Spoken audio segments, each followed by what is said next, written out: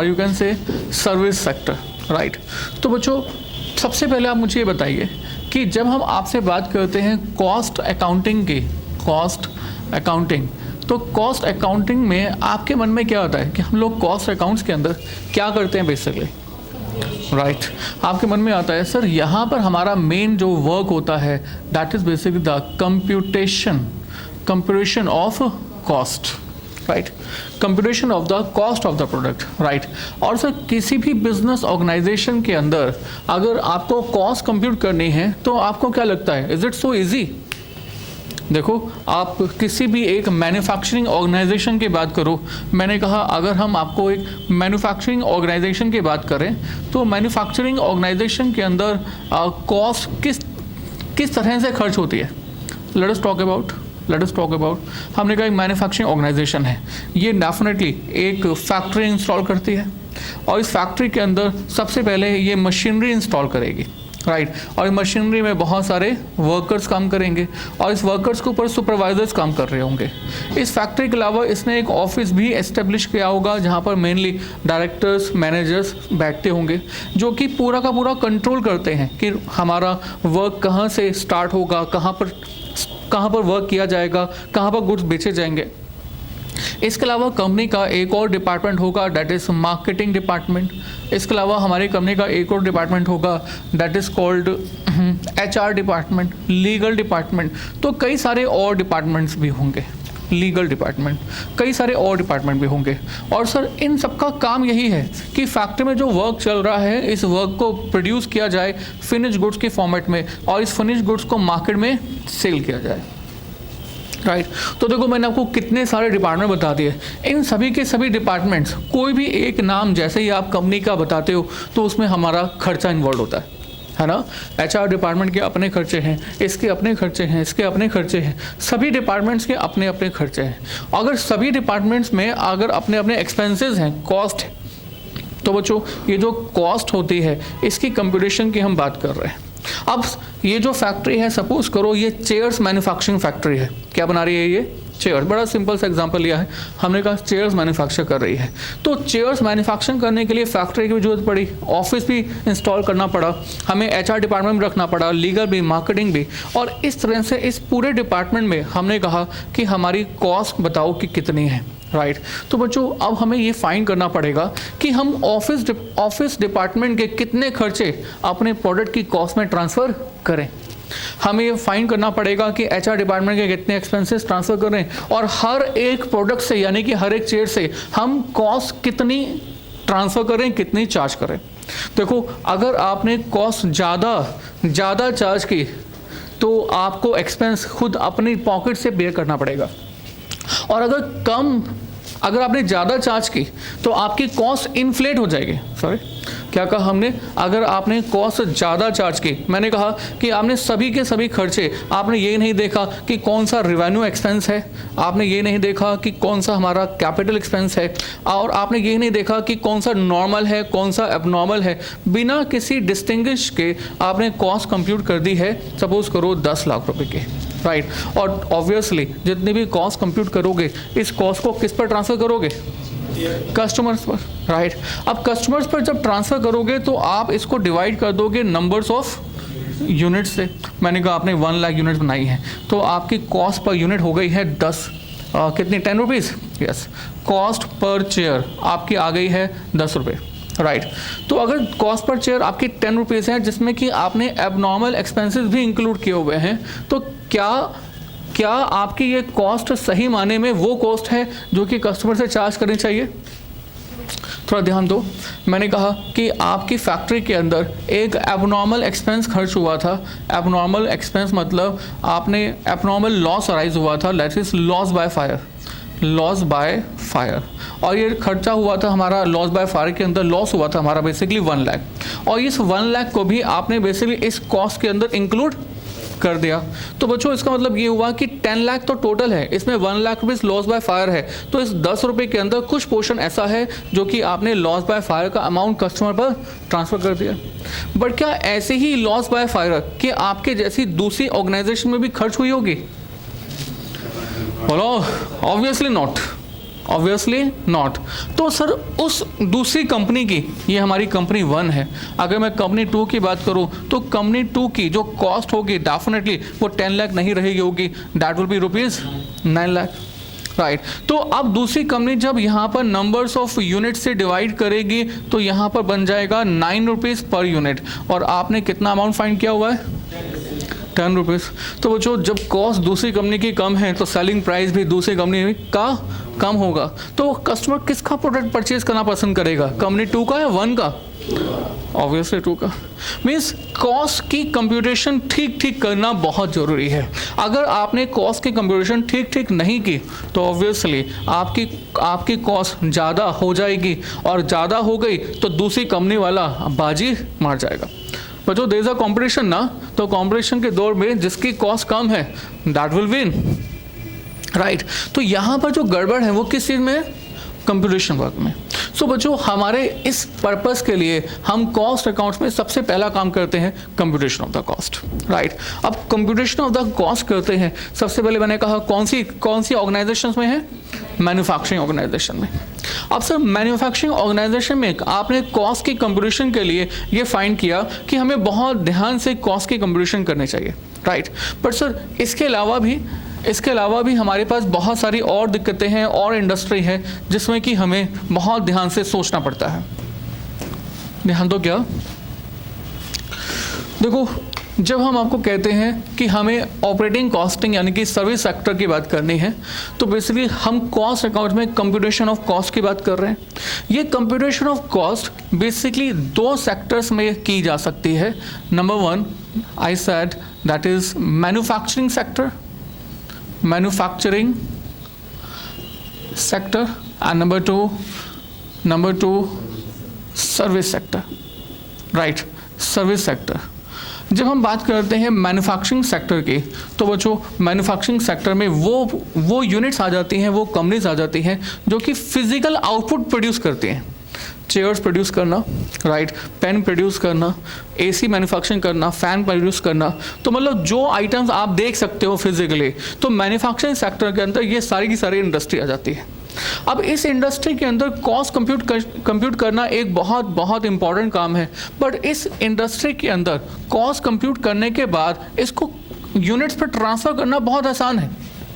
What I mean, मान लो आपने manufacturing sector के अंदर नॉर्मल, एबनॉर्मल, रेवेन्यू, कैपिटल सब कुछ तगड़म बकड़म बहुत अच्छी तरह से लगा दी, और आपने कॉस्ट कंप्यूट कर ली कि भैया हमारी कॉस्ट तो है 9 लाख रुपीज़ की है, राइट। अब इस कॉस्ट को कंपनी ने जो खर्च किया है वो किससे हमारी कंपनी ट्रांसफ़र करेगी, कस्टमर से। अगर कंपनी 9 लाख रुपीज़ की कॉस्ट कस्टमर से ट्रांसफ़र करेगी तो ऑब्वियसली सबसे पहले हमारी कंपनी ये जानना चाहेगी कि जो प्रोडक्ट, जो यूनिट्स, जो आइटम हमारी कंपनी बना रही है उसकी एक यूनिट की कॉस्ट कितनी है। तो एक यूनिट की कॉस्ट फाइंड करने के लिए किससे डिवाइड कर देंगे, नंबर्स ऑफ यूनिट से। मैंने आपको चेयर का एग्जांपल दिया तो डिवाइड कर देंगे नंबर्स ऑफ चेयर से। मैंने आपको अगर एसी का एग्जांपल दूंगा तो डिवाइड कर देंगे नंबर्स ऑफ एसी प्रोड्यूस से। अगर मैं आपको पेन का एग्जांपल दूंगा तो डिवाइड कर देंगे numbers of pen produce, right. तो नंबर्स ऑफ यूनिट से डिवाइड कर देंगे। सपोज करो इट्स 1 लाख, तो अब आपके पास आ जाएगा cost per unit, and cost per unit is ₹9। और इसी कॉस्ट पर यूनिट में हम लोग ऐड कर देंगे क्या, profit margin. And suppose that the profit, estimated profit is 20%, तो 20% ऑफ व्हाट, 9 का 20%, इट्स 1.8। तो आपने कहा कि आपने इस तरह से बड़े आसानी से selling price per unit find कर दिया है, इट्स बेसिकली 10.8, राइट। तो ये तो बात हुई उस सेक्टर की जिसको हम मैन्युफैक्चरिंग सेक्टर कहते हैं, जहाँ पर जो आउटपुट है वो बेसिकली फिजिकल आउटपुट की फॉर्मेट में है, यूनिट्स की फॉर्मेट में है, right. Now what about the service sector, थोड़ा सा समझना। सर्विस सेक्टर का मतलब क्या है। सर्विस सेक्टर मतलब वो सेक्टर जिस सेक्टर के अंदर यूनिट्स बनती ही नहीं है। सर्विस सेक्टर मतलब वो सेक्टर जिसके अंदर आउटपुट फिजिकल फॉर्मेट में अवेलेबल नहीं होता। बहुत सारे ऐसे सेक्टर हैं सर। मैंने कहा कि आप एक एंटरटेनमेंट इंडस्ट्री की बात करें, एंटरटेनमेंट इंडस्ट्री, राइट। बताना क्या इस वाली इंडस्ट्री में कुछ खर्चे होते होंगे। ऑब्वियसली एक सलमान खान की मूवी बनती है तो कहते हैं कि 10 करोड़ की है, 15 करोड़ की मूवी बनी है, राइट। तो खर्चे तो किए हैं, राइट। एंटरटेनमेंट इंडस्ट्री में मैंने मूवीज़ की बात की है। अब बताना, मूवी पे बहुत सारा खर्चा किया है, it's rupees suppose that 10 CR, 10 crore, right. अब बताना, अगर इस 10 करोड़ का बर्डन मुझे कस्टमर से चार्ज करना है तो क्या मैं इसको यूनिट बेसिस पर चार्ज कर सकता हूँ? बताना, मूवीज़ बनाने के बाद बताओ, ये तो हो गई कॉस्ट के बाद, इस कॉस्ट में नंबर्स ऑफ यूनिट्स कितनी है? नंबर्स ऑफ यूनिट्स क्या आप कहोगे कि एक मूवी बनी है 10 करोड़ की, तो divide by numbers of movies, numbers of movie, यानी कि एक मूवी तो अभी भी कितने की है? 10 करोड़ की। तो अगर एक कस्टमर हमारी एक मूवी देखेगा, इसमें प्रॉफिट ऐड कर दिया जाएगा, और प्रॉफिट ऐड करने के बाद 2 करोड़ का प्रॉफिट एक कस्टमर अगर देखेगा तो उससे हम 12 करोड़ का अमाउंट चार्ज करेंगे, नहीं कर सकते, राइट। तो बच्चों, मेन इशू यहाँ पर यह है कि इस इंडस्ट्री के अंदर, सॉरी सर्विस सेक्टर के अंदर, यहाँ पर कॉस्ट, खर्चा तो बहुत सारा है, पर इस खर्चे को ट्रांसफर करने के लिए क्या अवेलेबल नहीं है? Numbers of units, physical output, product, items, ये आपके पास अवेलेबल नहीं है। तो बच्चों, हमें यहाँ पर डिसाइड करना पड़ेगा कि हम यहाँ पर नंबर्स ऑफ यूनिट्स क्या लें, राइट। इसके अलावा बच्चों और देखो, मैंने कहा एक हॉस्पिटल है, अब हॉस्पिटल के अंदर भी नो डाउट बहुत सारे खर्चे होते हैं, राइट। बताना, क्या हॉस्पिटल भी क्या कोई मैन्युफैक्चरिंग सेक्टर के अंदर इंक्लूड हो सकता है? क्या हमारा हॉस्पिटल कुछ प्रोडक्ट बनाता है? फैक्ट्री लगाई हुई है, डॉक्टर्स वर्कर्स हैं, उन्होंने हाथ में सीजर रखी हुई है एंड बीपी का मीटर रखा हुआ है, उससे पता नहीं क्या बना देते, नहीं बनाते, कुछ नहीं बनाते। तो बेसिकली ये भी एक इंडस्ट्री है, ये भी एक ऑर्गेनाइजेशन है, बट ये ऑर्गेनाइजेशन भी किसी तरह से फिजिकल यूनिट्स प्रोड्यूस नहीं करती। तो सर ये भी कौन से सेक्टर में आता है? Expenses are there, no doubt. तो एक्सपेंसेस होने के साथ साथ बट इसके अंदर क्या नहीं है? यूनिट्स नहीं है। और कोई इंडस्ट्री बताओ। मैंने कहा आप एजुकेशन सेक्टर की बात करते हो तो ठीक है, एजुकेशन सेक्टर की बात करो। एजुकेशन सेक्टर के अंदर भी बहुत सारी कॉस्ट खर्च होती है। तो ये जो एजुकेशन सेक्टर के अंदर कॉस्ट खर्च होती है, तो बताना यहाँ पर क्या numbers of units, numbers of physical items available होते हैं? Again no, right. और बात करते हैं हम होटल इंडस्ट्री की बात करते हैं, तो होटल इंडस्ट्री में भी बहुत सारे खर्चे होते हैं, बहुत बड़ी इंडस्ट्री है ये भी, और इस बड़ी सी इंडस्ट्री के अंदर cost is there but numbers of units are not there. इसके अलावा और चलते हैं, मैंने कहा एक ट्रांसपोर्ट इंडस्ट्री है, ट्रांसपोर्ट इंडस्ट्री, और ट्रांसपोर्ट इंडस्ट्री के अंदर फिर कॉस्ट खर्च होती है, राइट। ये जो कॉस्ट खर्च होती है तो इसको हम फिर से divide by numbers of unit से डिवाइड कर देंगे, but numbers of units are not there. आप घर से इंस्टीट्यूट तक आए और घर से इंस्टीट्यूट तक आने के लिए आपने एक ट्रांसपोर्ट व्हीकल की हेल्प ली, राइट। बताना, उसने जो आपको टिकट दी, क्या ये वो चीज़ है जिससे कि जिसके लिए आपने उसको एक्सपेंस पे किया है, अपनी पॉकेट से कुछ अमाउंट पे किया है? नो। अगर वाकई में ऐसा है कि आपने इस पर्पज़ के लिए कुछ अपनी पॉकेट से पे किया है, तो मुझसे ले जाओ बहुत सारी टिकटें, है ना, मुझे दे दो 20-20 रुपये और मैं आपको टिकट फाड़ के दे दूंगा। पर you are not paying actually for the ticket, you are paying amount for the journey, right. अब बताना, इस जर्नी को कैसे मैं यूनिट्स में कन्वर्ट करूँ? क्योंकि जब तक मेरे पास नंबर्स ऑफ यूनिट्स नहीं होगा तब तक मैं कॉस्ट पर यूनिट नहीं निकाल सकता, जब तक मैं कॉस्ट पर यूनिट नहीं निकाल सकता तब तक how I will transfer the burden of the cost to the customers. तो इस बड़ी सी इंडस्ट्री के अंदर, जिसको हम सर्विस सेक्टर बोलते हैं, इस इंडस्ट्री के अंदर यूनिट्स अवेलेबल नहीं होती, right. So this is a major issue. इसको हम बोलते हैं, जैसे कि हम यहाँ पर यूनिट्स पर ट्रांसफर करते हैं, इसको बोलते हैं कॉस्ट यूनिट, कॉस्ट यूनिट्स। तो कॉस्ट यूनिट अवेलेबल नहीं होती हैं। अगर कॉस्ट यूनिट अवेलेबल नहीं होती हैं तो वी हैव टू आइडेंटिफाई, हमें फाइंड करना पड़ेगा कि हर इंडस्ट्री के लिए हमें कॉस्ट यूनिट क्या रखनी है, राइट। तो बच्चों, कोई भी इंडस्ट्री हो, सर्विस सेक्टर की हो, डेफिनेटली ये इंडस्ट्री कुछ फिजिकल आउटपुट प्रोड्यूस नहीं करती, बट ये इंडस्ट्री किसी भी फॉर्मेट में अपने कस्टमर को बेनिफिट जरूर प्रोवाइड करती है, यस ना, बेनिफिट जरूर प्रोवाइड करती है। अब इसी बेनिफिट को हम लोग बेस मानते हुए कॉस्ट यूनिट आइडेंटिफाई करेंगे और ये फाइंड करेंगे कि कैसे हम लोग अपने एक्सपेंस का बर्डन कस्टमर पर ट्रांसफर करें। नहीं, मैंने कहा एंटरटेनमेंट इंडस्ट्री है, मूवी है, 10 करोड़ रुपीस पे खर्च हुए हैं, तो इस इंडस्ट्री के अंदर अगर कुछ बेनिफिट कस्टमर को प्रोवाइड किया है तो बताओगे ये इंडस्ट्री कस्टमर को क्या बेनिफिट प्रोवाइड करती है? ये कस्टमर को बेनिफिट ये प्रोवाइड करती है कि जो लोग थिएटर में आएंगे मूवी देखने के लिए एंड नाटक देखने के लिए, वो या तो हंसते हुए आएंगे, हंसते हुए रहेंगे, या रोएंगे, या इमोशनली उनको फील आएगा, राइट। वो जो फीलिंग है, this industry is actually selling the feelings, है ना। आप एक कॉमेडी मूवी देखते हो, हंस जाते हो, हंसते हो, और इसी हंसाने के लिए मूवी ने आपसे 200 रुपये चार्ज किए, राइट। आप एक हॉरर मूवी देखते हो, डर जाते हो, राइट, आपको एकदम डर लगता है, आप कांप उठते हो, राइट। तो इस डर के लिए उसने 200 रुपये चार्ज किए हैं। Yes no? यस। आप अगर एक इमोशनल मूवी देखते हो, आप एक फैमिली ड्रामा देखते हो, तो फैमिली ड्रामा के अंदर ज़्यादातर रोना धोना ही होता है, राइट। तो इस वाली मूवी के अंदर सिंपल आपको रुलाने के लिए उसने आपसे पैसे चार्ज किए। तो हर एक एंटरटेनमेंट इंडस्ट्री बेसिकली किस बात के लिए अवेलेबल है? For the purpose of feelings that he is selling to the customer, right. तो हम यहाँ पर बेसिकली इसी पर्पस के लिए हम कस्टमर से अमाउंट चार्ज करते हैं। और बच्चों, हमने इस मूवी यानी कि एक्सपेंसेस को कहा कि अगर ये थिएटर की बात हो रही है तो थिएटर में हम लोग कस्टमर से जो अमाउंट चार्ज करेंगे वो किस बेसिस पे चार्ज करेंगे? On the numbers of basis of seats. Theatre में कितनी सीट्स हैं, कितने शोज चलेंगे, राइट। तो यहाँ पर जो बेस होता है वो होता है नंबर्स ऑफ सीट्स, राइट। इससे डिवाइड करके कॉस्ट पर सीट आ जाएगा plus profit margin and we have the selling price, right.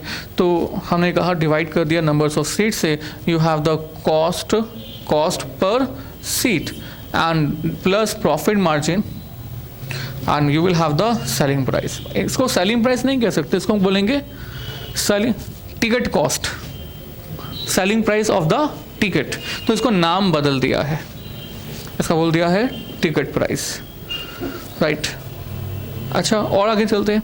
मैंने कहा हॉस्पिटल है। अब हॉस्पिटल जो है डेफिनेटली प्रोडक्शन कुछ भी प्रोड्यूस नहीं कर रहा, बट क्या प्रोवाइड कर रहा है? सर्विसेज। किस तरह से? पेशेंट को सर्विस प्रोवाइड कर रहा है कि हमारा पेशेंट जो है जल्दी से ठीक हो जाए। तो पेशेंट के लिए लुक आफ्टर करने के लिए हॉस्पिटल इंडस्ट्री बेसिकली काम कर रही है। तो ये हॉस्पिटल इंडस्ट्री बेसिकली कस्टमर से जो एक्सपेंस का बर्डन चार्ज करती है वो चार्ज करती है पेशेंट पर बेड, पेशेंट पर बेड, बेड के हिसाब से, पेशेंट के हिसाब से अमाउंट चार्ज किया जाता है, राइट। एजुकेशन इंडस्ट्री किस बेसिस पर चार्ज करती है? नंबर्स ऑफ स्टूडेंट्स के बेसिस पर कि कितने स्टूडेंट्स पर एक्सपेंस का बर्डन ट्रांसफर करना है। इसके अलावा होटल इंडस्ट्री किस बेसिस पर?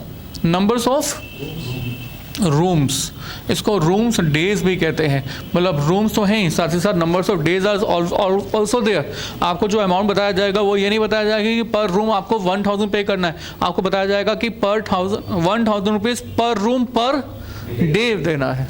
तो numbers of rooms per day amount will be charge. And transport के केस में हमारे कस्टमर को जो बेनिफिट दिया जाता है वो ट्रैवलिंग का दिया जाता है, और जो ट्रैवलिंग का डिस्टेंस है that is the basically base. And travelling का जो बेस होता है वो क्या होता है? Numbers of kilometres, right. और you can say divide by numbers of passengers kilometres, kilometer, right? So that is the basically base for calculations. Is it clear? Right. So this divisible numbers of seats, numbers of patient bed, numbers of student, इनको हम क्या कहेंगे? Cost units. Right तो cost unit हमने आपको बताया। तो cost unit जो एलिमेंट है ये है क्या? It is the base on which basis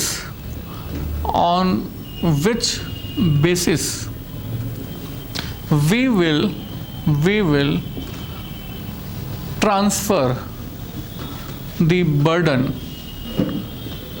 burden of cost to customers, on which basis we will transfer the cost to the customers. Copy करेंगे सर, बहुत फास्ट, बहुत जल्दी से बच्चों, बहुत आसानी से आपको ये चैप्टर समझ में आएगा, राइट। बट आप सीक्वेंस को फॉलो करते जाओ, जो आपको बताया जा रहा है वो लिखते जाओ, कॉपी करते जाओ, और बस इसी सीक्वेंस से अपना माइंड यूज़ करते जाओ।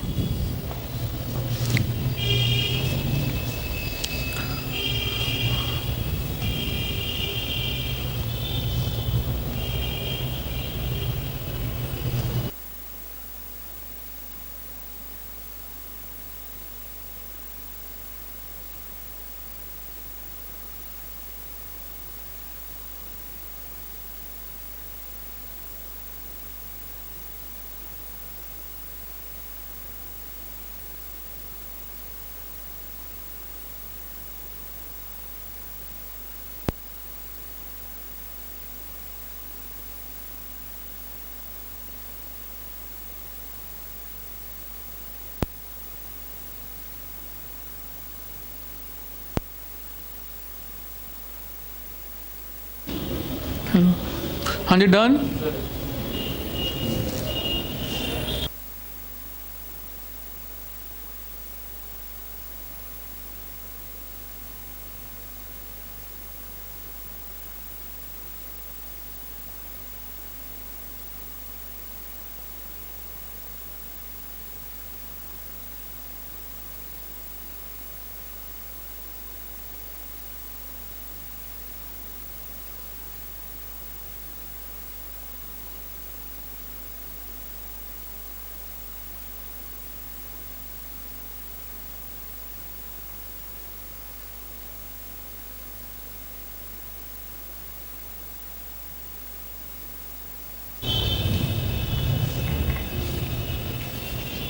ओके सर, आगे चलते हैं। हाँ जी,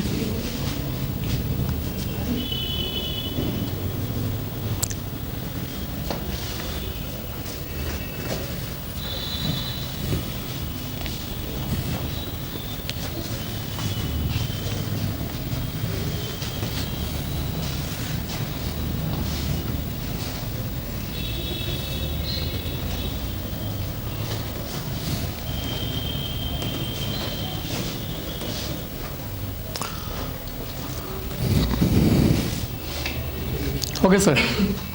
अच्छा, मैंने आपको कई सारे सेक्टर बताए। मैंने आपको एक सेक्टर बताया, ट्रांसपोर्ट सेक्टर, राइट। अब सर, ये जो ट्रांसपोर्ट सेक्टर है, आपके पास 90% क्वेश्चंस आपके कोर्स के अंदर इसी से रिलेट होंगे। 90% क्वेश्चन। बाकी भी सेक्टर्स अवेलेबल होते हैं मार्केट में, तो सब कुछ यूनिटरी बेसिस पर, बट आपके पास जो मेन क्वेश्चंस हैं वो हम इसी सेक्टर के बारे में बात करेंगे। अब सर, ये जो ट्रांसपोर्ट सेक्टर है, आपको मालूम है ट्रांसपोर्टेशन भी कई तरह से हो सकती है ना। थोड़ा सा एग्जांपल बताना किस तरह से। आप चाहो तो आप एक कार से पर्सनल व्हीकल को हायर करते हुए ट्रांसपोर्ट व्हीकल की हेल्प ले सकते हो, है ना। आपको एक प्लेस से दूसरे जगह प्लेस पर जाना है तो आप एक कार हायर पर ले सकते हो। और क्या हो सकता है, और कैसे जा सकते हो? यू कैन गो इन अ बस। आप यहाँ पर बैठे हुए हो, आप बस पर जा रहे हो, बाय बाय बाय मैं जा रहा हूँ, राइट। और क्या हो सकता है? ट्रेन में हो सकता है, राइट। बट सर, ट्रेन के क्वेश्चंस हमारे पास नहीं होते, राइट। इनफैक्ट मेट्रो भी होती है ना। Metro is also a transport vehicle, पर मेट्रो के भी क्वेश्चन हमारे पास नहीं होते। मेरे पास मेनली जो क्वेश्चन होते हैं, तो private vehicles, number 2 public vehicles, right, and number 3 lorry vehicles. Lorry vehicles मतलब ट्रक वगैरह, जिसमें कि आप तो नहीं ट्रांसफ़र करते, सफ़र करते। या किया हुआ आपने सफ़र इस पर? सर बहुत किया हुआ है, ऐसा नहीं किया हुआ। अच्छा, एक ये है, एक और है दैट इज़ कॉल्ड, हाँ जी, आप बताना कैसे, क्या है ये अच्छा अच्छा अच्छा अच्छा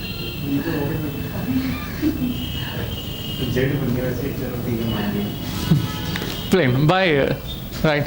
तो हमने कहा this is the questions on the basis of the car, बस एंड देन ट्रक। ये 2 व्हीलर है या 4 व्हीलर है? नहीं, 2 व्हीलर है। वन ऐसे मत बोलो यार, इतनी अच्छी ड्राइंग बनाई है। And this is right. Basically transport के अंदर हमें इन चारों के बारे में अलग अलग बातें करनी होंगी, right. First of all we will start from the car and then we will go to the bus and then we will go from the truck. अभी हवा में बाद में उड़ेंगे, हवा में अभी नहीं उड़ने वाले। तो हमने कहा in case of a car, in case of a car, अगर कार की बात करें तो क्या होगा? So let us talk about. मैंने कहा अगर हम कार की बात करें, हम अपना एक छोटा सा एग्जाम्पल क्रिएट कर लेते हैं, राइट।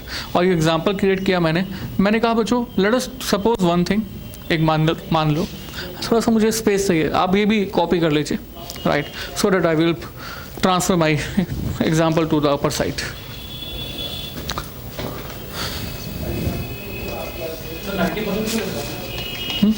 90% क्वेश्चन हमारे ट्रांसपोर्ट व्हीकल पर भी बेस्ड है। 90% क्वेश्चन।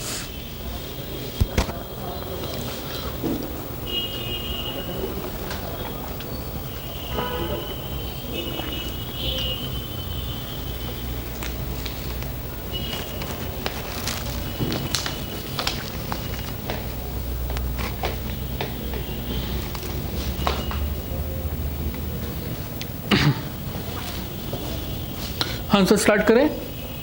ओके, तो बच्चों let us proceed. So very first example of the service costing. देखो हमने कहा सपोज एक एग्जांपल के अंदर आप एक पॉइंट से दूसरे पॉइंट पर ट्रांसफर जा रहे हो, राइट। कुछ हमने कहा एग्जांपल ले लेते हैं फ्रॉम दिल्ली। मैं इस वाले एग्जांपल में आपको दिल्ली से घुमा कर लेके जा रहा हूँ एक, कहाँ पर? वृंदावन, राइट। आप में से गए हुए हैं कुछ लोग वृंदावन? बहुत लोग गए होंगे, right. It's a good place for worship, no doubt. हाँ जी, दिल्ली टू वृंदावन सपोज करो इनके बीच में जो डिस्टेंस है वो 200 किलोमीटर का है, ठीक है। बीच में डिस्टेंस है 200 किलोमीटर का। इसके अलावा आपके पास एक कार के लिए इंफॉर्मेशन है कि सपोज क्वेश्चन कहता है कि हमारे पास एक कार एक दिन के अंदर 2 राउंड ट्रिप लगाती है। राउंड ट्रिप, कुछ राउंड ट्रिप समझते हो? 1 राउंड ट्रिप मतलब एक बार जाना वापस आना। मैंने कहा आप घर से कोचिंग सेंटर में आए 1 साइड, फिर वापस गए, तो जब आप घर वापस पहुंच गए तो ये क्या हो गया? 1 राउंड ट्रिप। जाना फिर वापस आना इज द राउंड ट्रिप। और यहाँ पर जो राउंड ट्रिप है वो कितने हैं? 2, 4 साइड्स हो गया, राइट। और सर ये भी लिखा हुआ है कि 1 मंथ में हमारी कार ऐसा 25 दिन तक करती है, 25 days. And the cost of the car for 1 month, तो थोड़ा और चेंज कर लेते हैं। 1 year is equal to rupees 5 lakh, 5 lakh रुपए का खर्चा होता है। और इसके अलावा प्रॉफिट मार्जिन भी दिया हुआ है कि हमारा जो कार ओनर है, जिसकी कार है, जो कि ये हायर पर चलाता है, ये car 20% of cost profit margin अपने माइंड में लेके चलता है। क्वेश्चन कहता है find fare from Delhi to Vrindavan in 1 trip. तो एक ट्रिप के अंदर मतलब 1 साइड के अंदर बताइए कि हमारे फेयर कितना चार्ज होगा। This is our very first example. Is it clear? Right. तो हमने कहा बहुत आसान है सर ये तो, इसमें कौन सी मुश्किल बात है। हम स्टार्ट कर देते हैं। हमने कहा statement of cost and fair. हम यहाँ पर कॉस्ट भी निकाल रहे हैं एंड फेयर भी निकाल रहे हैं। तो बच्चों कॉस्ट कैसे निकालें? कॉस्ट तो फाइंड करने की जरूरत ही नहीं है, because cost is given in the question, rupees 5 lakh. तो हमने कॉस्ट कहा कि हमारे पास कॉस्ट कितने रुपीज़ की है? 5 लाख की। इस कॉस्ट को हम डिवाइड कर देंगे किससे? हाँ जी, the base, the cost unit for this kind of car, this kind of situation is numbers of kilometres. Numbers of kilometre. हमारी कार जितनी भी डिस्टेंस कवर करेगी पूरे 1 साल के अंदर, तो यही हमारा बेस रहेगा। तो मुझे इसको किससे डिवाइड करना पड़ेगा? नंबर्स ऑफ किलोमीटर से। मैं यहाँ पर कॉस्ट का अमाउंट, देखो आप कभी भी किसी प्राइवेट व्हीकल से ट्रैवल करते हैं, आप पूछते हैं कि आपको कितना अमाउंट पे करना पड़ेगा, तो वो अमाउंट नहीं बताता, वो बताता है 7 रुपये पर किलोमीटर। वो आपको पर किलोमीटर बताता है, क्योंकि उसने अपना पूरे की पूरी कैलकुलेशन 7 रुपये के अंदर डाली हुई है। चाहे वो ड्राइवर की सैलरी हो, चाहे वो कार के एक्सपेंस हो, चाहे वो डेप्रिसिएशन हो, चाहे वो मेंटेनेंस हो, चाहे पेट्रोल हो, उसने सब कुछ कहाँ पर कंसिडर किया हुआ है? 7 रुपीज़ में। तो सेम हियर, कॉस्ट हमें तो निकाल के दी हुई है और इसका बर्डन हमें किस पर ट्रांसफर करना है? कस्टमर पर। और कस्टमर में ट्रांसफर करने के लिए हमने जो बेस कॉस्ट यूनिट निकाला है वो क्या है? Numbers of kilometres. तो नंबर्स ऑफ किलोमीटर के बेसिस पर हमें यहाँ पर अमाउंट ट्रांसफर करना होगा। और ये जो नंबर्स ऑफ किलोमीटर है, इस नंबर्स ऑफ किलोमीटर को हम कैसे फाइंड करेंगे? इसके लिए आप हमेशा वर्किंग नोट प्रिपेयर करना। For this purpose always prepare working note for this, right. तो बच्चों वर्किंग नोट नंबर 1 मैंने यहाँ बनाया। मैंने कहा कि मुझे नंबर्स ऑफ किलोमीटर फाइंड करने हैं। तो बच्चों ध्यान दो, ये नंबर्स ऑफ किलोमीटर कैसे आएगा? प्लीज़ ऊपर देखिए। तो ये नंबर्स ऑफ किलोमीटर कैसे आएगा? तो नंबर्स ऑफ किलोमीटर फाइंड करने के लिए हम कहेंगे कि आप सबसे पहले ये आइडेंटिफाई करो कि एक दिन के अंदर नंबर्स ऑफ किलोमीटर कितने फॉर्म हुए हैं, पहले एक दिन के लिए। उसके बाद आप ये आइडेंटिफाई करो कि 1 मंथ में नंबर्स ऑफ किलोमीटर कितने हैं। फिर ये आइडेंटिफाई करो कि 1 ईयर में नंबर्स ऑफ किलोमीटर कितने हैं, राइट। तो बच्चों स्टार्ट करते हैं बेस से। हमने कहा Delhi to Vrindavan, how much distance is there? 200 kilometre, तो बेस डिस्टेंस है 200 किलोमीटर, पर क्या हमारी कार एक दिन में 200 किलोमीटर ही चलती है? नहीं, हमारी कार एक दिन में कितने डिस्टेंस चलती है? 2 राउंड ट्रिप। तो राउंड ट्रिप का मतलब होता है जाना आना, एक राउंड ट्रिप, फिर से जाना आना दूसरा राउंड ट्रिप, यानी कि कितने बार हो गया? 4 टाइम्स। इसको आप मल्टीप्लाई बाय 4 करके लिख लो, या इसको आप 2 मल्टीप्लाई बाय 2 लिख दो, it's the same thing, right sir. तो ये जो अब आपके पास डिस्टेंस आया, ये डिस्टेंस कितने दिन के लिए आ गया? 1 डे के लिए। अब जो ये कॉस्ट हमें गिवन है क्वेश्चन में, ये पर एनम है, तो हमें जो नंबर्स ऑफ किलोमीटर फाइंड करना है, ये भी मुझे किस फॉर्मेट में करना होगा? पर एनम के लिए। तो आपने जैसे ये पर डे निकाला, now convert it into the 1 month. तो 1 मंथ में कैसे कन्वर्ट करोगे? आप कहोगे सर बड़ा आसान है, एक दिन के लिए हम कैलकुलेशन कर चुके हैं, और 1 मंथ में हमारी ये कार कितने दिन ट्रैवल करती है? 25 दिन। तो मल्टीप्लाई बाय 25, राइट। और उसके बाद और आगे चलते हैं, 1 ईयर। तो बच्चों वेरी सिंपल, एक साल में कितने महीने होते हैं? Multiply by 12 also, right. तो ये 1 डे का डिस्टेंस रहा, ये 1 मंथ का डिस्टेंस रहा, और ये 1 ईयर का डिस्टेंस रहा। इस तरह से आपके पास टोटल नंबर्स ऑफ किलोमीटर कितना आ गया? Just compute this, 2,40,000। तो this is the numbers of kilometre in 1 year travel by the car. तो बेसिकली हम ये कहेंगे कि अगर हमारे एक साल का खर्चा 5 लाख रुपए का है, तो नंबर्स ऑफ किलोमीटर, इस पर बर्डन कितने किलोमीटर पर ट्रांसफर कर देंगे? 2,40,000 पर। अगर आप 2,40,000 पर ट्रांसफर कर देंगे, तो अब आपके पास आ जाएगा कॉस्ट पर किलोमीटर। तो डिवाइड करके बता दो बच्चों कि कॉस्ट पर किलोमीटर कितना आ गया? 2.08। फिर से 2.08, राइट। और जैसे ये 2.08 निकाल देते हो, ये तो कॉस्ट पर किलोमीटर है, मतलब you will charge cost per kilometre from the customer? No, you will charge the amount of fare, and fare always includes the amount of profit. तो प्रॉफिट मार्जिन भी मुझे इसमें ऐड करना होगा, तो मैंने यहाँ पर प्रॉफिट मार्जिन भी ऐड कर दिया, और मेरा प्रॉफिट मार्जिन ये कितना परसेंटेज का है? 20%। 20% ऑफ द कॉस्ट, क्वेश्चन कह रहा है ना 20% ऑफ द कॉस्ट, तो 20% ऑफ द कॉस्ट, यानी कि दिस इज, यस प्लीज, इस नंबर का 20%, 0.4। बच्चों इसको ना आप डेसिमल के 4 डिजिट तक क्या करो, 4160, और ये 2.08 ही है या इसके आगे भी है? हमेशा इसको डेसिमल के 4 डिजिट तक क्या करो, to make it accurate, right. और इसको आप ऐड भी कर दो, just add up, it's basically 2.50 बस। और ये हो जाएगा आपके पास फेयर पर किलोमीटर। ये फेयर पर किलोमीटर है जो कि हम कस्टमर से चार्ज करेंगे। अगर 1 किलोमीटर के लिए आप इतना फेयर चार्ज करेंगे, तो बच्चों अब बताइए, from Delhi to Vrindavan 200 kilometre के लिए आप कितना फेयर चार्ज करेंगे? This is the requirement of the question. देखो, find fare from Delhi to Vrindavan. तो हमने कहा हमें fare from Delhi to Vrindavan निकालना है। तो ये फाइंड करने के लिए बहुत आसान सी बात है, हमने कहा it will be 200 kilometre multiply by 2.50, right, it's ₹500। तो हमने कहा टैक्सी वाला आपको कहेगा कि अगर आप दिल्ली से वृंदावन जाना चाहते हो,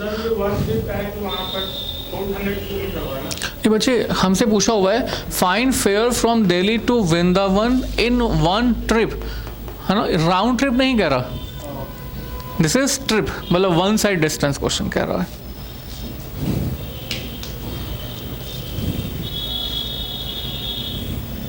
राइट, थोड़ा सा इस 2.50 को मैं एक्सप्लेनेशन के फॉर्मेट में लिखना चाहता हूँ, आप भी जरूर लिखना। हमने कहा it is the fair to be charged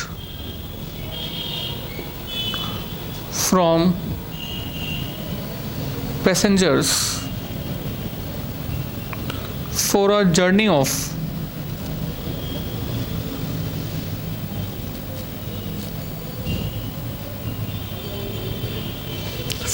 of how much kilometer? 1 kilometre.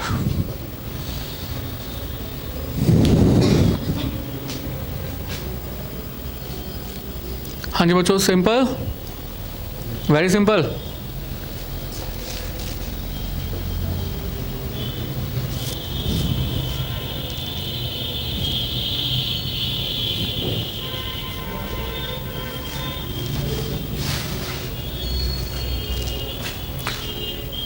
बच्चों जल्दी से कॉपी करना।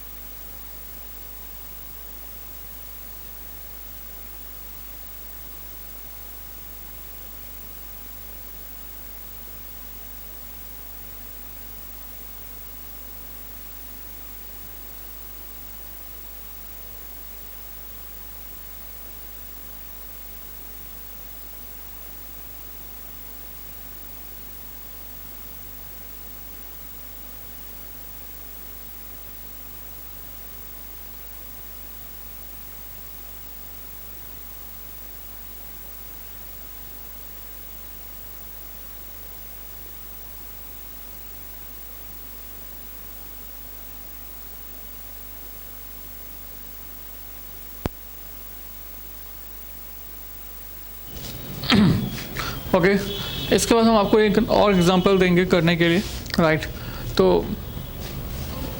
आप कीजिएगा and then we will do.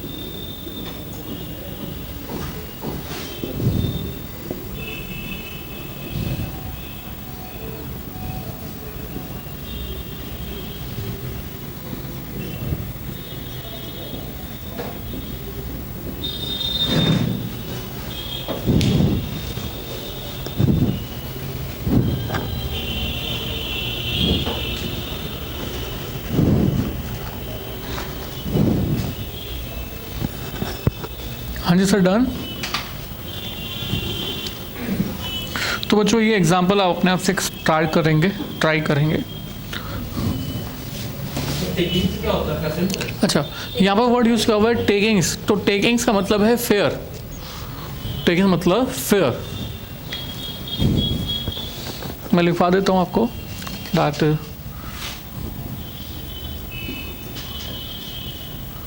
Takings is equal to fare, और you can say receipts. Should I start?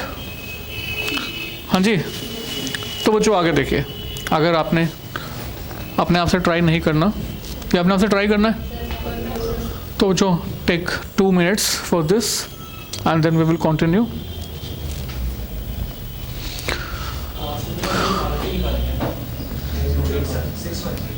बच्चों कॉस्ट हमारे पास 6 months की है, तो आप 6 मंथ्स को बेस मानते हुए आगे बढ़ेंगे, राइट।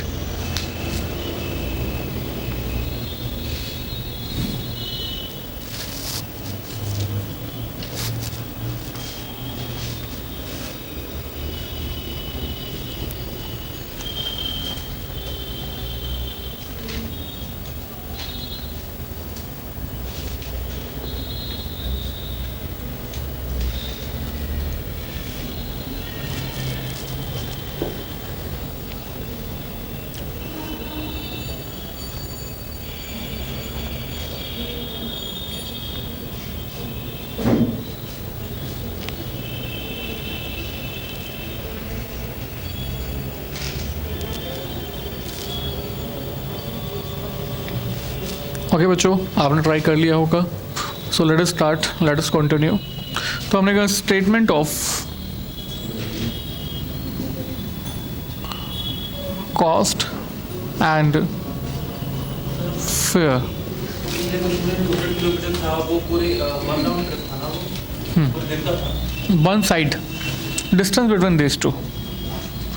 तो जो कॉस्ट अब हमें गिवन है, और एक नई बात ये है कि कॉस्ट जो गिवन है वो हमारे 6 मंथ्स की है, तो हमारी जितनी भी आगे की और कैलकुलेशंस होंगी वो भी 6 मंथ्स की टर्म में होंगी, राइट।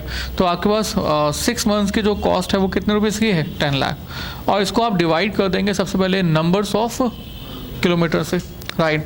और जो ये नंबर्स ऑफ किलोमीटर्स हैं, for this we will compute, we will do the working note.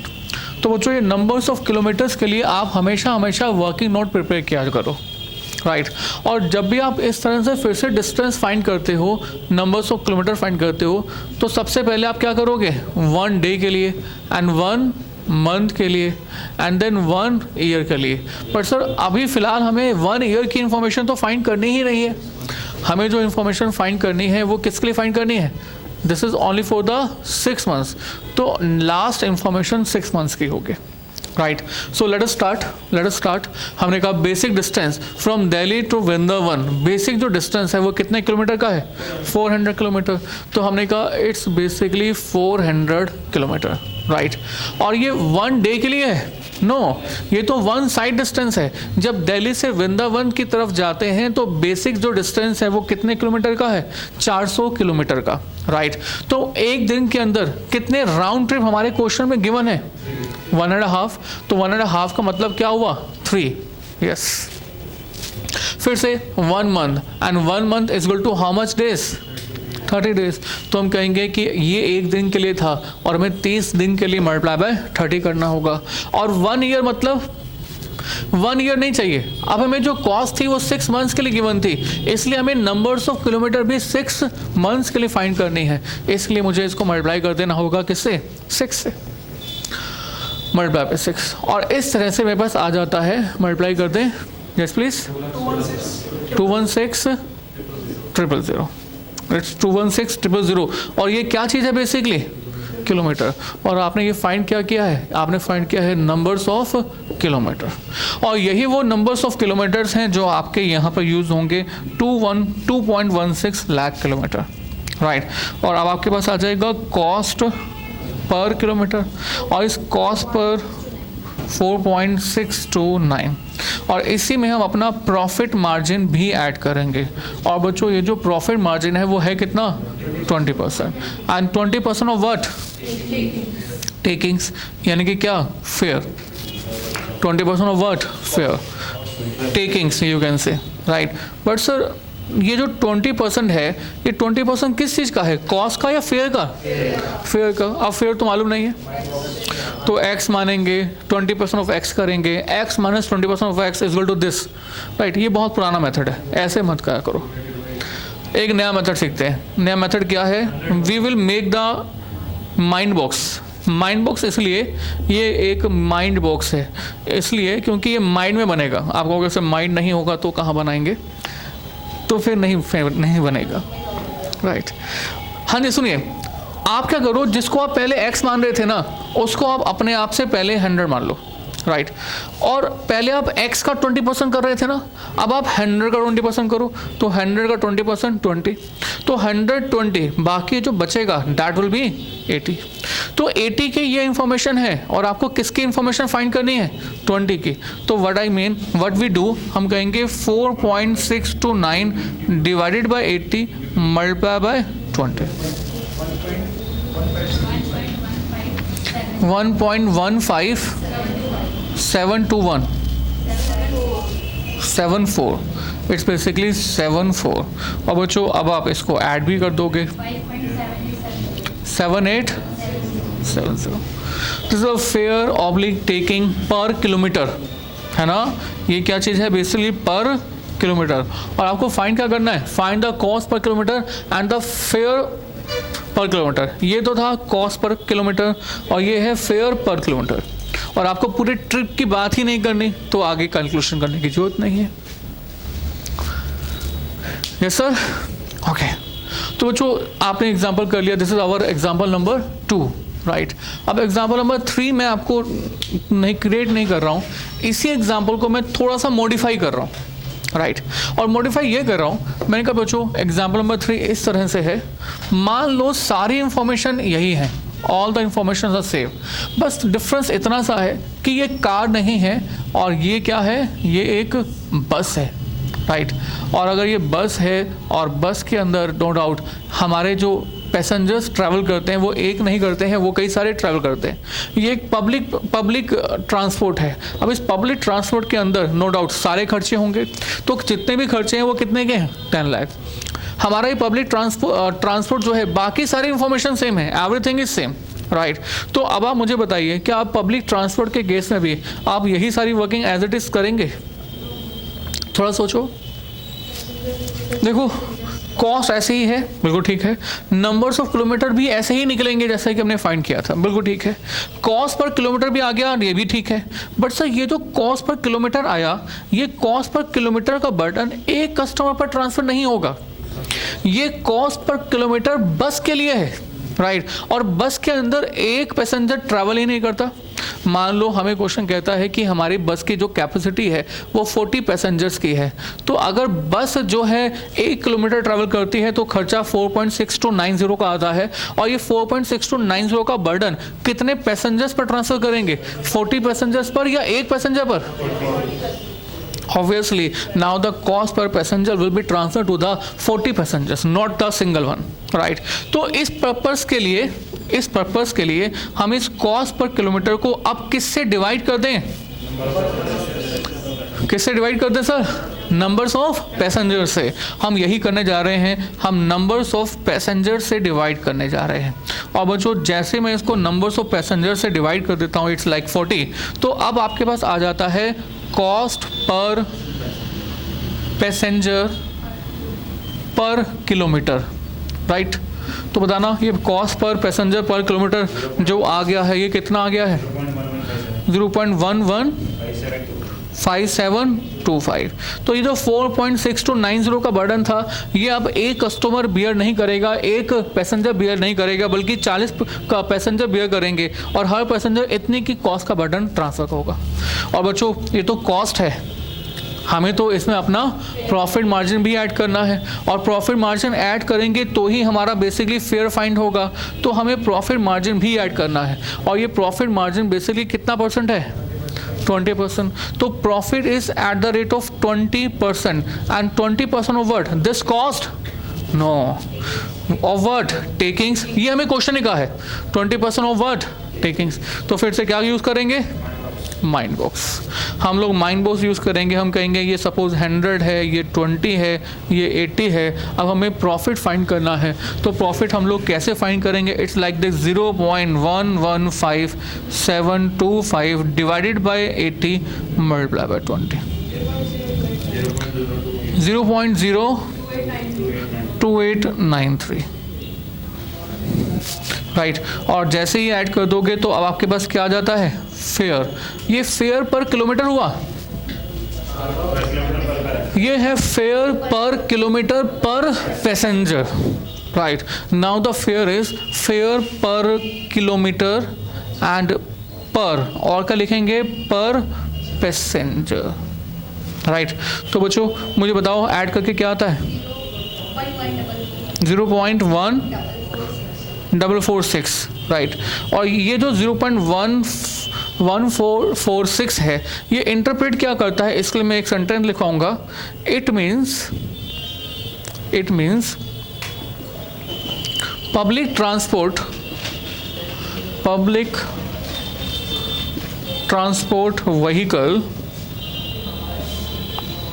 will charge 0.1446 per kilometer per passenger पर किलोमीटर पर पैसेंजर, और यू कैन ऐसे लिखते हैं इसको, विल चार्ज 0.1446 पर किलोमीटर फ्रॉम वन पैसेंजर। तो हमारा जो ये पब्लिक ट्रांसपोर्ट है वो 1 किलोमीटर के लिए एक पैसेंजर से इतना अमाउंट चार्ज करेगा, ठीक है। तो बच्चों अगर आपको ये भी कहा जाए कि बताओ दिल्ली टू वृंदावन के लिए फेयर कितना होगा, how much fair the transport company will charge, तो आप क्या बता सकते हो ऑफिसर्स? हमने इसको आगे लिख दिया, fare from Delhi to Vrindavan is equal to basically 0.1446 multiply by numbers of kilometer, so it will be multiplied by 400 and this will be the fare 57.84.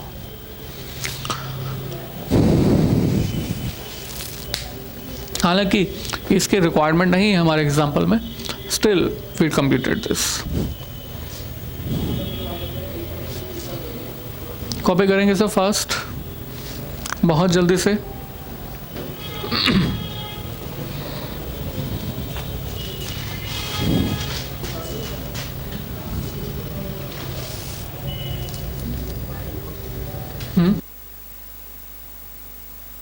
Okay, तो जो माइंड बॉक्स फिर से बता रहे हैं, माइंड बॉक्स इस तरह से बचे कि हमें जो प्रॉफिट गिवन है 20%, हमारे क्वेश्चन के according profit is 20% of what, takings, यानी कि फेयर। तो आपने क्या किया, फेयर को मान लिया 100, राइट। तो प्रॉफिट 20% था, तो 20% ऑफ 100 इज द प्रॉफिट, और बैलेंसिंग फिगर लेके आना 120, तो ये कितना बचेगा 80, तो 80 ये बचा। तो ये जो इन्फॉर्मेशन है ये 80 के लिए है, and we have to find the information for 20, so this divide by 80 multiply by 20। और ऐसे ही अगर 100 की इंफॉर्मेशन निकालनी हो तो क्या करोगे, this divide by 80 multiply by 100। अगर आप x से करके करोगे तो वो भी गलत नहीं है, x वाले मेथड से भी जो आंसर आएगा that will be perfectly same जो हमने ये फाइंड किया है, पर थोड़ा सा लेंथी है इसलिए हम इसको यूज़ करते हैं।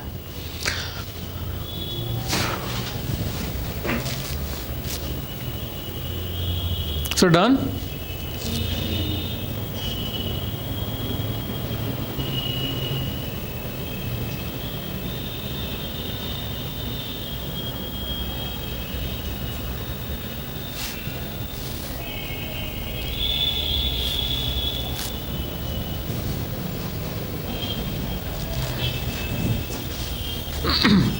सिर्फ हटा दें, एग्जाम्पल और आपको देंगे करने के लिए अपने आप से, so you have to do this yourself।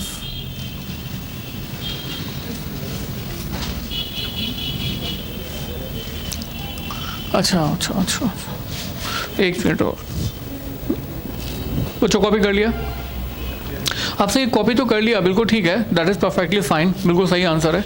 But जब आप एग्जाम्स में अपने क्वेश्चन की प्रेजेंटेशन देंगे तो अपने इस मेथड में थोड़ा सा चेंज करेंगे। अब वो चेंज क्या होगा, देखो ये समझाने के लिए था, जब आप एक्चुअल में करेंगे तो थोड़ा सा बदलाव होगा। आपने ये पोर्शन कॉपी कर लिया, तो प्लीज़ कॉपी करें फर्स्ट।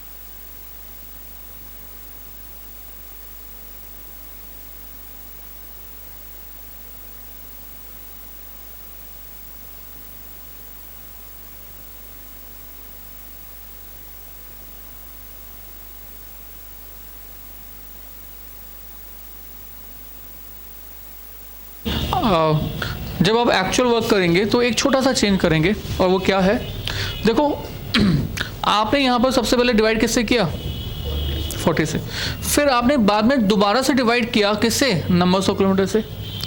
पहले डिवाइड किया था नंबर्स ऑफ किलोमीटर से, फिर डिवाइड किया था किससे, नंबर्स ऑफ पैसेंजर किलोमीटर से। तो क्या हम ऐसा कर सकते हैं कि भैया 10 लाख रुपये से स्टार्ट हुआ, हम 2.16 लाख और 40 को पहले मल्टीप्लाई कर दें, और उसके बाद इसको डिवाइड करके स्ट्रेट अवे जो आपका आंसर होगा वो क्या आ जाएगा, 0.115725। यार आप क्या कर रहे हो, पहले नंबर्स ऑफ किलोमीटर से डिवाइड कर रहे हो, फिर नंबर्स ऑफ पैसेंजर से डिवाइड करो। तो let us do one thing ना, कि हम नंबर्स ऑफ किलोमीटर और नंबर्स ऑफ पैसेंजर इनको पहले मल्टीप्लाई कर लेते हैं, और मल्टीप्लाई करने के बाद एक ही साथ डिवाइड कर देते हैं। You will have the cost per passenger पर किलोमीटर, राइट। और इसमें हम अपना प्रॉफिट मार्जिन ऐड कर देंगे, जैसे कि जनरली हम कर रहे हैं। तो प्रॉफिट मार्जिन ऐड करने के बाद आपके पास क्या आ जाएगा, फेयर पर, हाँ जी, फेयर पर पैसेंजर पर किलोमीटर।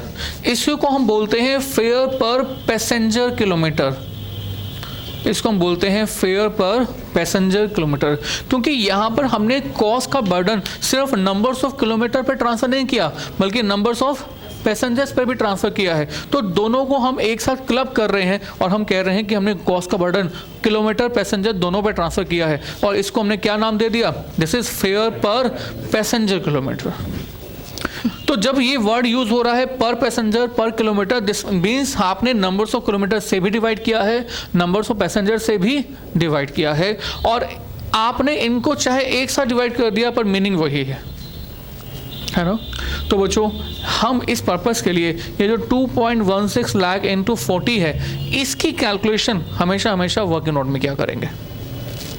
जैसे कि आपने पहले वर्किंग नोट के अंदर कौन सी कैलकुलेशन की हुई है, नंबर्स ऑफ किलोमीटर की, तो हम एक कॉलम और बनाएंगे किसका, नंबर्स ऑफ पैसेंजर्स का। और नंबर्स ऑफ पैसेंजर्स के कॉलम बनाने के बाद आपको इस ये है के और ये है पी, और आपको इस पी को के से मल्टीप्लाई कर देना होगा। पी के यानी कि पी के बोले तो क्या चीज़ है ये, this is called passengers kilometre. तो it's 2.16 lakh into 40, and that number will be used in the division. Is it clear? Okay, तो एक एग्जांपल और करते हैं जिससे कि आपको ये सब समझ में आएगा। हटा दें इसे।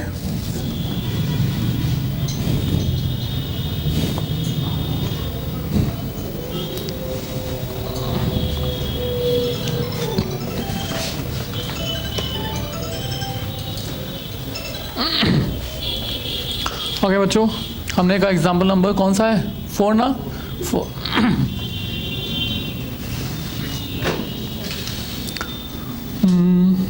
Cost ₹5 lakh and point A, point B, basic distance supposed to be 500 kilometer. 1 day is equal to 25, sorry 1 day नहीं, 1 month 25 days, and 1 day is equal to, suppose that 5 trips। क्या लिखा हुआ बच्चों, 5 trips, not round trips, right। and profit भी कहता है आपको, that is profit is equal to 30% of takings, right। और आपको given है that you have to talk from the bus point of view, public transport, in which the capacity is 50, right। Question कहता है कि find fare per passenger kilometer, ये find करो। आप start करेंगे तो कौन से मेथड से करेंगे, फर्स्ट और second? Always use second method. First method सिर्फ समझने के लिए था, mainly we will do from the second method always. Make it start.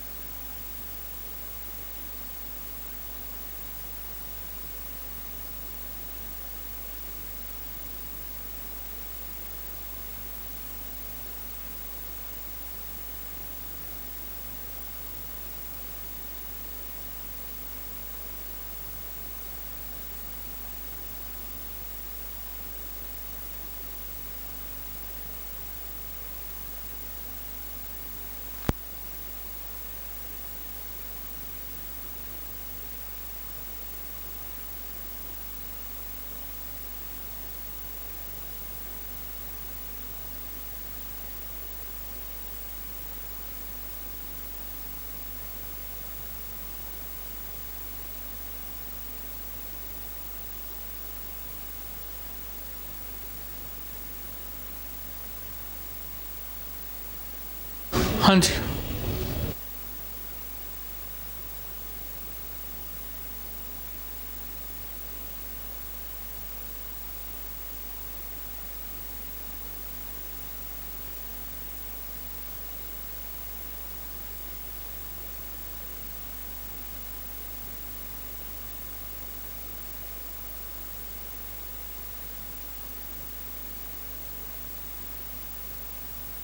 है ऑपरेटिंग कॉस्टिंग में बहुत सारी डेसिमल में कैलकुलेशन होंगे, that will not matter. So can we start?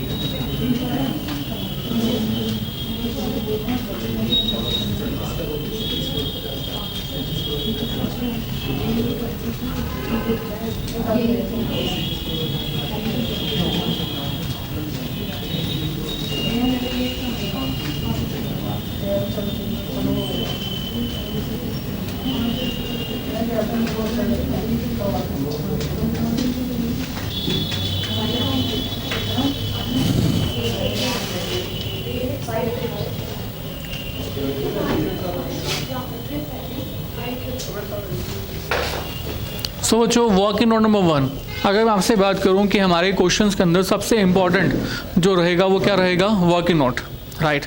So let us start the working note. तो working notes के अंदर आप सबसे पहले स्टार्ट करोगे नंबर्स ऑफ किलोमीटर से. उसके बाद आप क्या लिखोगे? Numbers of obviously passengers. और उसके बाद ये हो गया के और ये हो गया पी, और आपको पी इंटू के फाइंड करना होगा, मतलब पी के फाइंड करना होगा. तो आप सबसे पहले नंबर्स ऑफ किलोमीटर फाइंड करने के लिए कहाँ से स्टार्ट करोगे? 1 डे के लिए, एंड देन 1 मंथ के लिए, एंड देन 1 ईयर के लिए. So all this you have to find out. So let us start from the one day. तो बेसिक जो डिस्टेंस है वो बेसिक डिस्टेंस कितना है? 500 किलोमीटर, राइट. और 1 डे के अंदर आपके पास कितने ट्रिप्स हैं? 5 ट्रिप्स. तो 5 ट्रिप्स का मतलब हुआ मल्टीप्लाई बाय 5, राइट. भैया आपको क्वेश्चन कह रहा है कि हमारी जो बस है वो 5 बार जाती है, जाती आती करके 5 बार है. तो अगर ये ट्रिप वर्ड यूज़ कर रहा है तो एक ट्रिप मतलब 1 साइड डिस्टेंस. तो 5 1 साइड डिस्टेंस इसने कवर किए हैं. तो 500 इंटू 5 यानी कि एक दिन में टोटल डिस्टेंस कितना कवर किया है? 2500 किलोमीटर. 1 मंथ बच्चों साफ साफ लिखा हुआ है कि एक महीने में हमारी बस कितने दिन चलती है? 25 दिन. तो मल्टीप्लाई बाय 25 हो जाएगा, राइट. एंड 1 ईयर, एक साल की बात हो रही है, and 1 year is equal to how much? Numbers of months 12 ना, मल्टीप्लाई बाय 12, ये बन जाता है 7,50,000. तो इसके बाद और आगे चलते हैं नंबर्स ऑफ पैसेंजर्स. तो ये नंबर्स ऑफ पैसेंजर्स कितने हैं क्वेश्चन में गिवन? 50. तो ये तो 50 है और मल्टीप्लाई भी कर दो तो इट बिकम्स P इंटू के.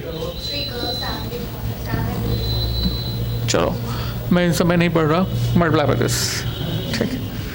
और इन्हीं का multiplication I will use here. 7.5 lakh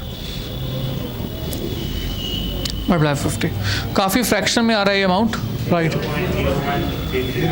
0.1333, it's fine. 25 समझ में नहीं आया. 25 बच्चों लिखा हुआ है ना. 1 मंथ में हमारे पास कितने दिन तक ट्रैवल करती है? 25 दिन. तो ये तो एक दिन का डिस्टेंस है, तो एक महीने में कितना डिस्टेंस कवर करेगी? Multiply by 25, right. तो प्रॉफिट मार्जिन भी ऐड करना है बच्चों, और ये प्रॉफिट मार्जिन है वो कितना है? 30%. And 30% of what? Of the takings, और यू कैन से फेयर. तो प्रॉफिट मतलब टेकिंग्स का 30%.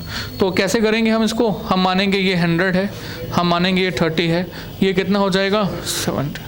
Now it will be 0.01333 and divided by 70 multiplied by 30. Just 0.05714 और आपने इसको ऐड भी कर दिया 1904. तो जो ये आ गया फेयर पर पैसेंजर पर किलोमीटर, right?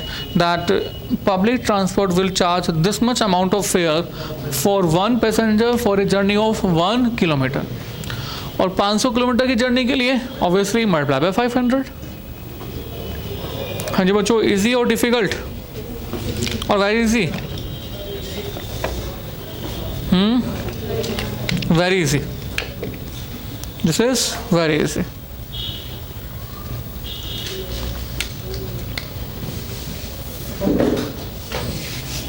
सर हटा दें.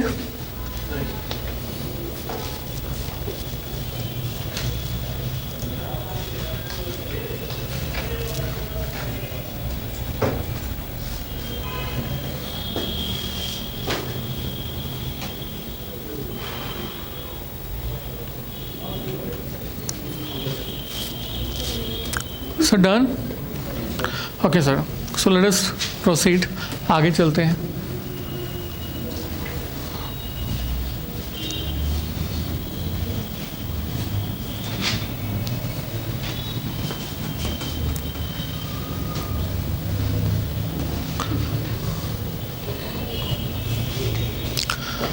सो इसके बाद हमने आपको कहा लेट अस प्रोसीड.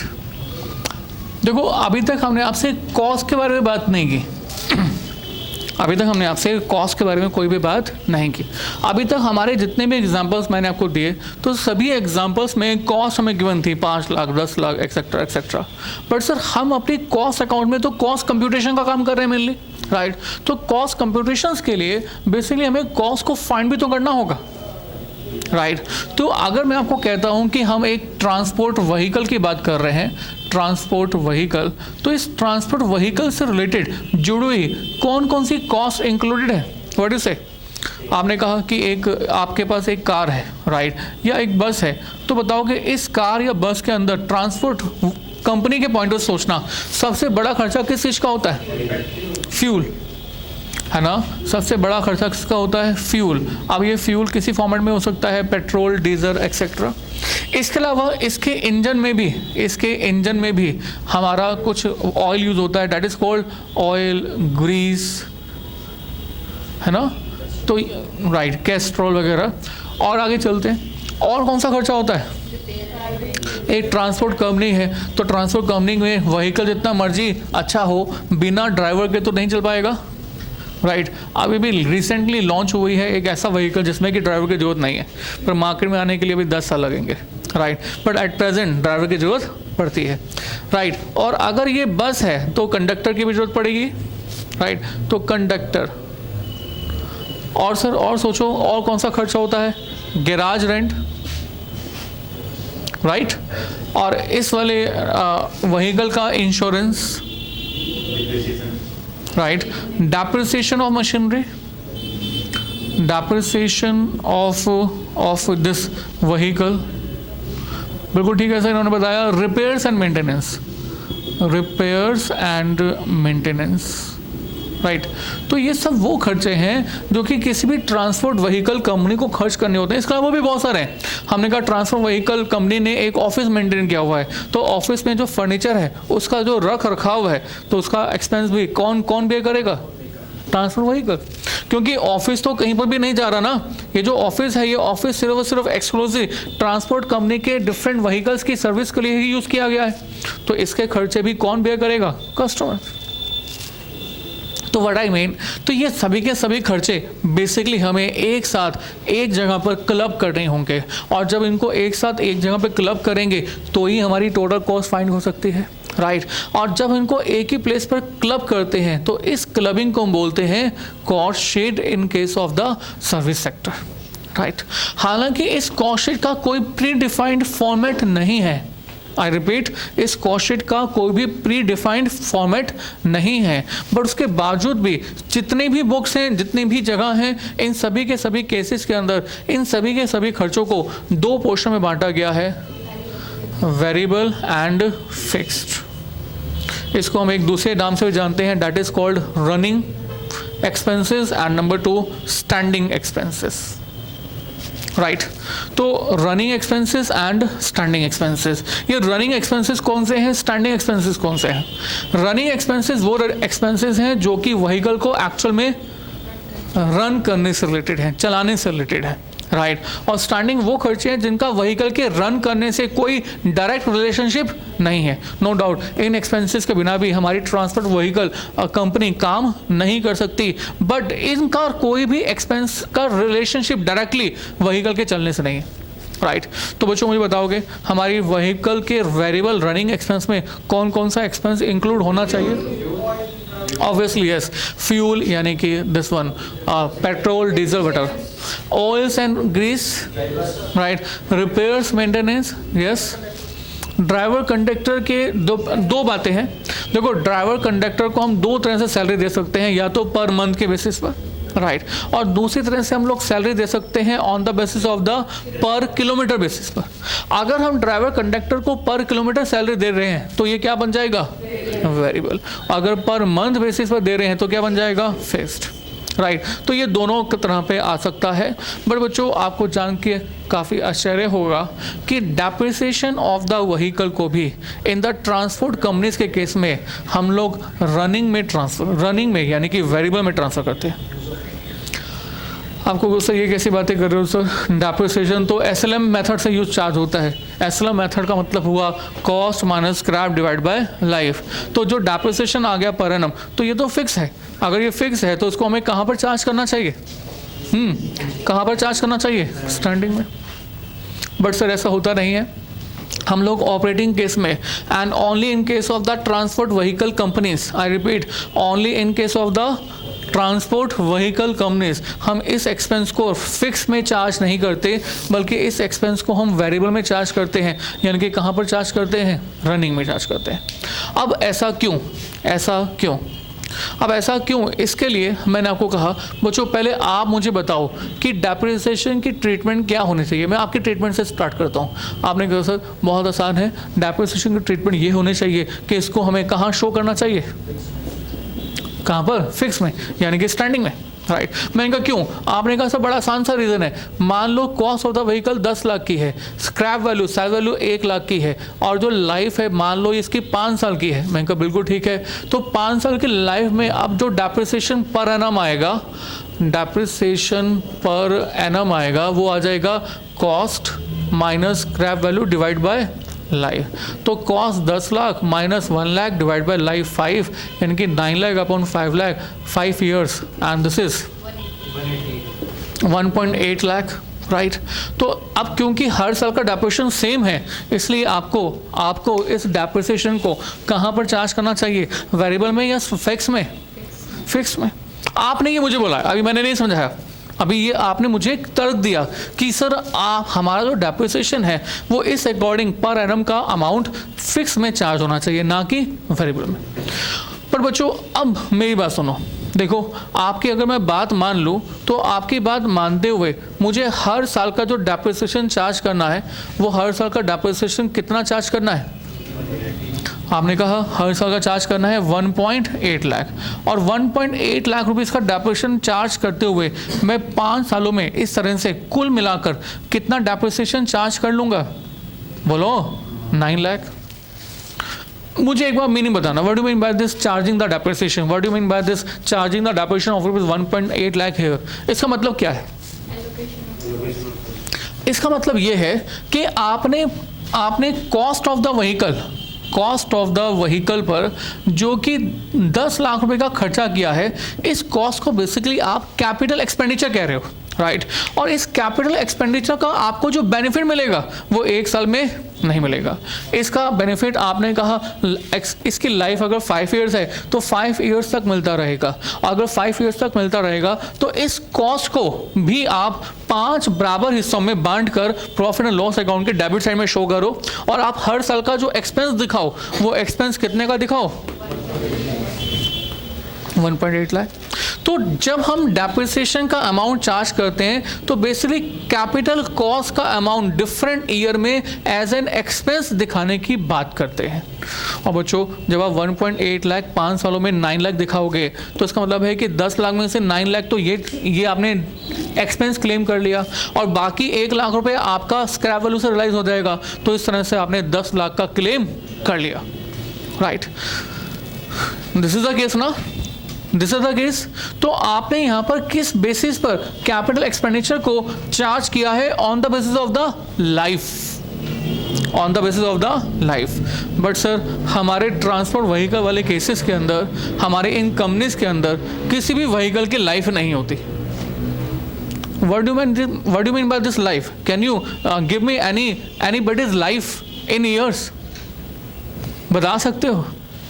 आप कहोगे सर हम बता सकते हैं हिस्टोरिकल कैलकुलेशंस के बेसिस पर, राइट। आपने हिस्टोरिकल कैलकुलेशंस के बेसिस पर ऑन एन एवरेज अपने व्हीकल की लाइफ कितनी बताई है? 5 इयर्स, राइट। बट सर हमारी ट्रांसपोर्ट व्हीकल कंपनीज ऐसी कंपनीज हैं जिसमें कि लाइफ व्हीकल की हो ही नहीं सकती। यू विल नॉट बिलीव, एक बार मैं यूपी की बसेस के अंदर ट्रैवल कर रहा था, राइट। और यूपी की बस जो है ना, आप एक बार हालत देखो उसकी कैसी होती है। उसकी हालत देखकर आप आवाज़ सुन सकते हो बट ये जज नहीं कर सकते कि आवाज़ कहाँ से रही है।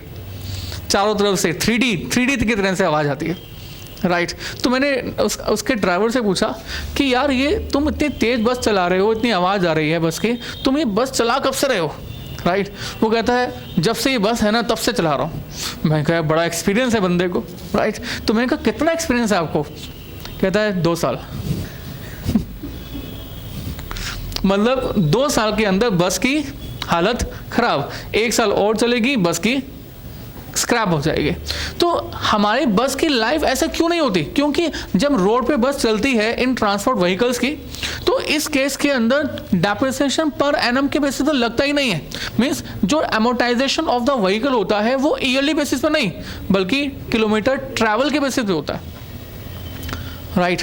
देखो मैंने कहा एक नॉर्मल आप एक सेकेंड हैंड कार परचेस करने जाओ, राइट। जब आप सेकेंड हैंड कार परचेस करने जाओगे तो उस सेकेंड हैंड कार परचेस करते हुए ये जरूर देखोगे कि ये कार कौन से ऑनर की है। मैंने कहा एक डॉक्टर की कार है तो आप क्या कहोगे? डॉक्टर की कार साफ़ सुथरी होगी, डॉक्टर अपने घर से क्लिनिक जाता होगा, क्लिनिक से वापस आता होगा, घूमने कभी कभी चला जाता होगा और बस खत्म। पर मैंने कहा नहीं, ये एक डॉक्टर की कार नहीं है बल्कि एक ऐसी कंपनी की कार है जिसका काम ट्रैवलिंग का ही है, जिसका काम ही ट्रैवल का है, राइट। अब ये कार 2 साल पुरानी, डॉक्टर की कार भी 2 साल पुरानी, किस कार की वैल्यू ज़्यादा होगी? ऑब्वियसली क्यों भाई क्यों?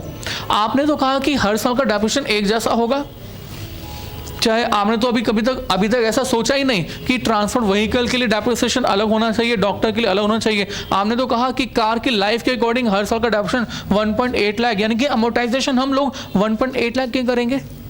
अभी तक तो आपने ये कहा, तो ट्रांसपोर्ट कंपनी के व्हीकल को वैल्यू कम क्यों कर रहे हो? क्योंकि उसने उस कार का जो यूज़ है वो यूज़ ज़्यादा किया है, राइट। जबकि डॉक्टर ने कार का यूज़, अगर डॉक्टर कार का यूज़ कम करेगा तो उसकी वैल्यू भी कम डेप्रिसिएट होगी। अगर ट्रांसपोर्ट कंपनी ज़्यादा यूज़ करेगी तो उसकी वैल्यू भी ज़्यादा डेप्रिसिएट होगी। मीन्स ट्रांसपोर्ट कंपनीज के केस में हम लोग ईयरली बेसिस के ऊपर लाइफ को एस्टिमेट एक्चुअल में तो नहीं कर सकते, राइट। हम किस बेसिस पे कर सकते हैं? On the usage of the car. Usage of the car मतलब kilometre travel by the car, right. तो अगर देखो आपने यहाँ पर कह दिया कि जो 5 इयर्स की लाइफ है कार की, बिल्कुल ठीक है। इसके अलावा एक इंजन, जब हम टेक्निकल टर्म में बात करते हैं ना, तो टेक्निकल टर्म में कार हो बस हो, उनकी जो लाइफ एक्चुअल टेक्निकल टर्म में होती है वो ईयर्स की नहीं होती, वो किलोमीटर्स की होती है। मैंने कहा एक कार जो है वो जनरली 2 लाख किलोमीटर तक आराम से चल सकती है, राइट अब सर इस 2 लाख किलोमीटर का यूज़ अगर फर्स्ट ईयर में ज़्यादा कर लोगे, सेकेंड ईयर में ज़्यादा कर लोगे, तो थर्ड फोर्थ फिफ्थ ईयर में यूज़ नहीं कर पाओगे। अगर इस 2 लाख किलोमीटर का यूज़ पहले 2 3 4 साल में कम करोगे तो आगे तक चलती रहेगी। राइट तो अगर ये टेक्निकल टर्म में अगर हम बात करें तो यूसेज जो है वो 2 लाख किलोमीटर में है। और मैंने कहा आप अगर एसएलएम मेथड से डेप्रिसिएशन चार्ज कर रहे हो तो पहले साल का depreciation 1.8 lakh. What do mean by this 1.8 lakh कि फर्स्ट ईयर में आपने कस्टमर से एक्सपेंस डेप्रिसिएशन का जो क्लेम किया है वो कितने का क्लेम किया है 1.8 लाख। सेकेंड ईयर में आपने क्लेम किया है 1.8 लाख, थर्ड ईयर में क्लेम किया है 1.8 lakh, but fourth year fifth year ऐसे।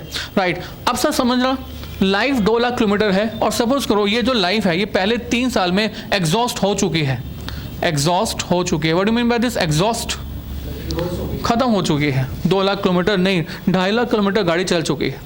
अब जो गाड़ी की हालत है वो बहुत बुरी है। राइट अब मुझे बताना क्या कोई भी 3 साल के बाद कस्टमर इस कार में ट्रैवल करना पसंद करेगा?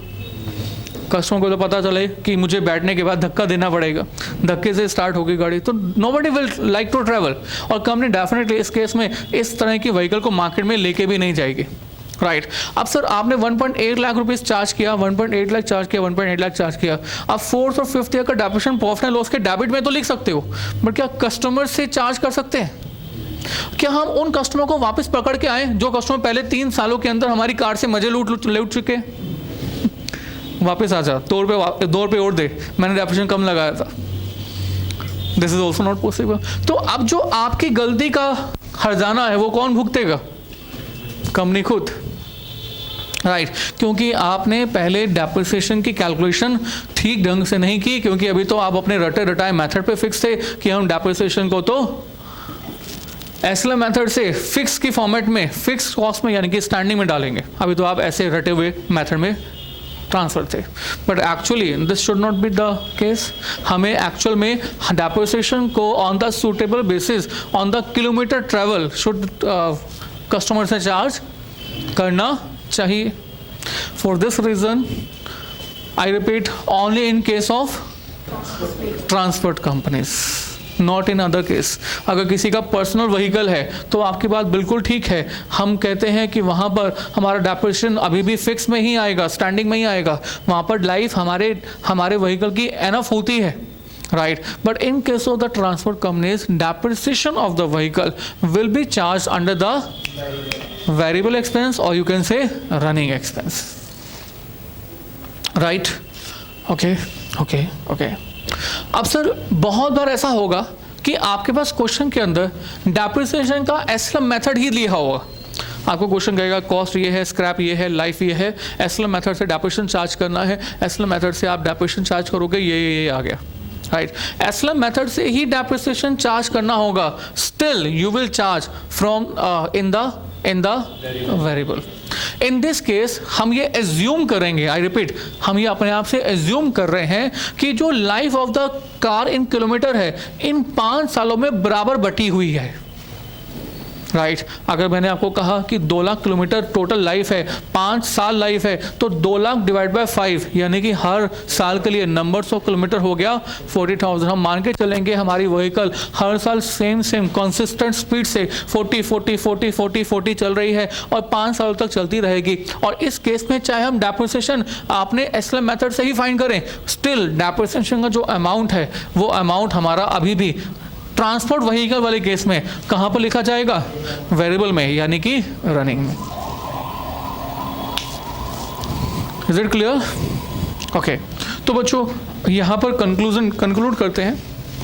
हमने कहा बहुत सारे हमारे पास एक्सपेंसेस होंगे, उन सभी के सभी एक्सपेंसेस को हमें कॉस्ट शीट में ऑपरेटिंग कॉस्ट शीट के अंदर ट्रांसफ़र करना होगा। और जब हम ऑपरेटिंग कॉस्ट शीट में ट्रांसफ़र करेंगे तो सभी के सभी एक्सपेंसेस को हम 2 कैटेगरी में ट्रांसफ़र करेंगे। पहली कैटेगरी होगी वेरिएबल वाली और दूसरी कैटेगरी होगी फिक्स वाली। तो हम यहाँ पर एक स्टेटमेंट फॉर्म करते हैं, that is called statement of operating cost and fair.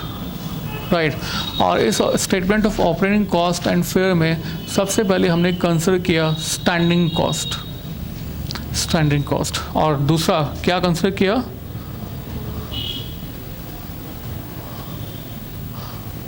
Running cost. Running cost, right. इसमें दो कॉलम बना लिए जाएंगे, एक तो वर्किंग्स का होगा और एक टोटल का होगा इन रुपीज़, राइट। और बच्चों अब आप मुझे बताते जाओ कि हमारा स्टैंडिंग में कौन कौन सा अमाउंट आएगा और रनिंग में कौन कौन सा आएगा, one by one. Driver salary क्या कहते हो? स्टैंडिंग में if paid on the monthly basis, तो स्टैंडिंग में लिख दिया हमने drivers salary if paid on monthly basis, right? And then conductor salary,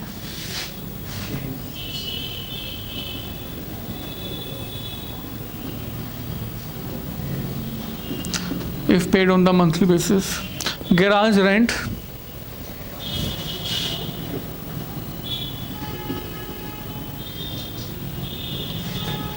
if paid on the monthly basis. And then insurance,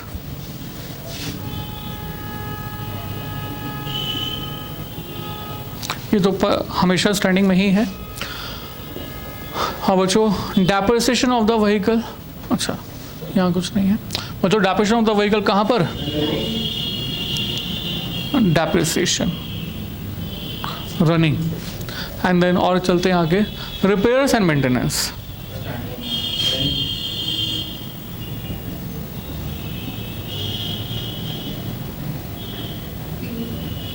repairs and maintenance. And then fuel, तो बच्चों ये fuel भी कहाँ पर आएगा? रनिंग में,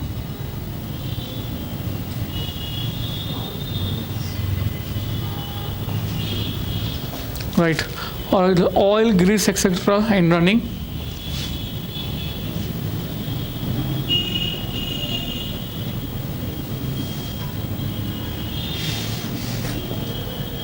कंडक्टर सैलरी, तो conductor salary standing, अच्छा लिख दिया। और क्या रह गया बच्चों? कुछ रह गया? और बस है, और भी हो सकता है sir, etcetera, right. Generally etcetera standing में तो बहुत होता है, रनिंग में इतने 4 एक्सपेंस ही होते हैं जनरली, राइट। तो आप क्या करोगे? स्टैंडिंग का टोटल कर दोगे, मेक इट ए, रनिंग का टोटल कर दोगे, suppose it to be B, and then A plus B. और ये जो ए प्लस बी होगा इसको हम क्या कह देंगे? This is our total cost, total cost. और इसी टोटल कॉस्ट को हम डिवाइड कर देंगे, yes please, numbers of passengers kilometer से।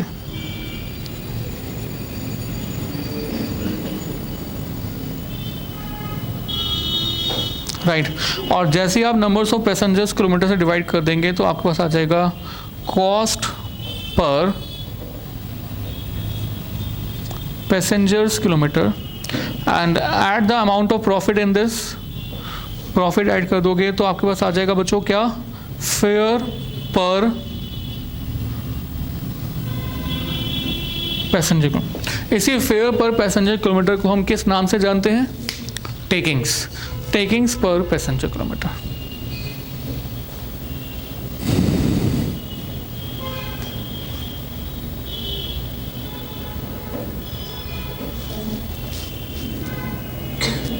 राइट सर, तो वक्त आ गया है कि हम एक न्यूमेरिकली फुल फ्लैश क्वेश्चन करें, right, and this is we have to do right now.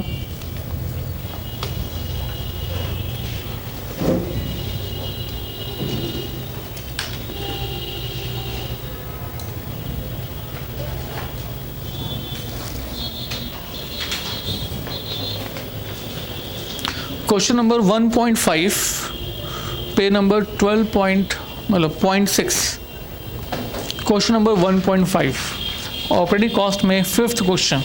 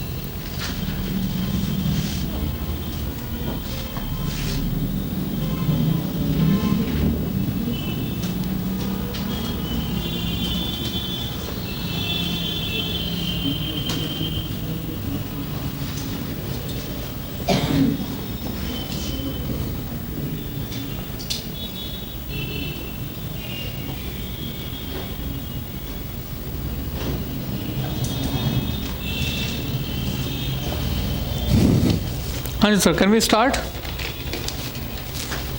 Question number 1.5। तो राइट हैंड साइड हटा दें। तो 1.5 स्टार्ट कर रहे हैं बच्चों, एक बार रीड कर लो अपने आप से।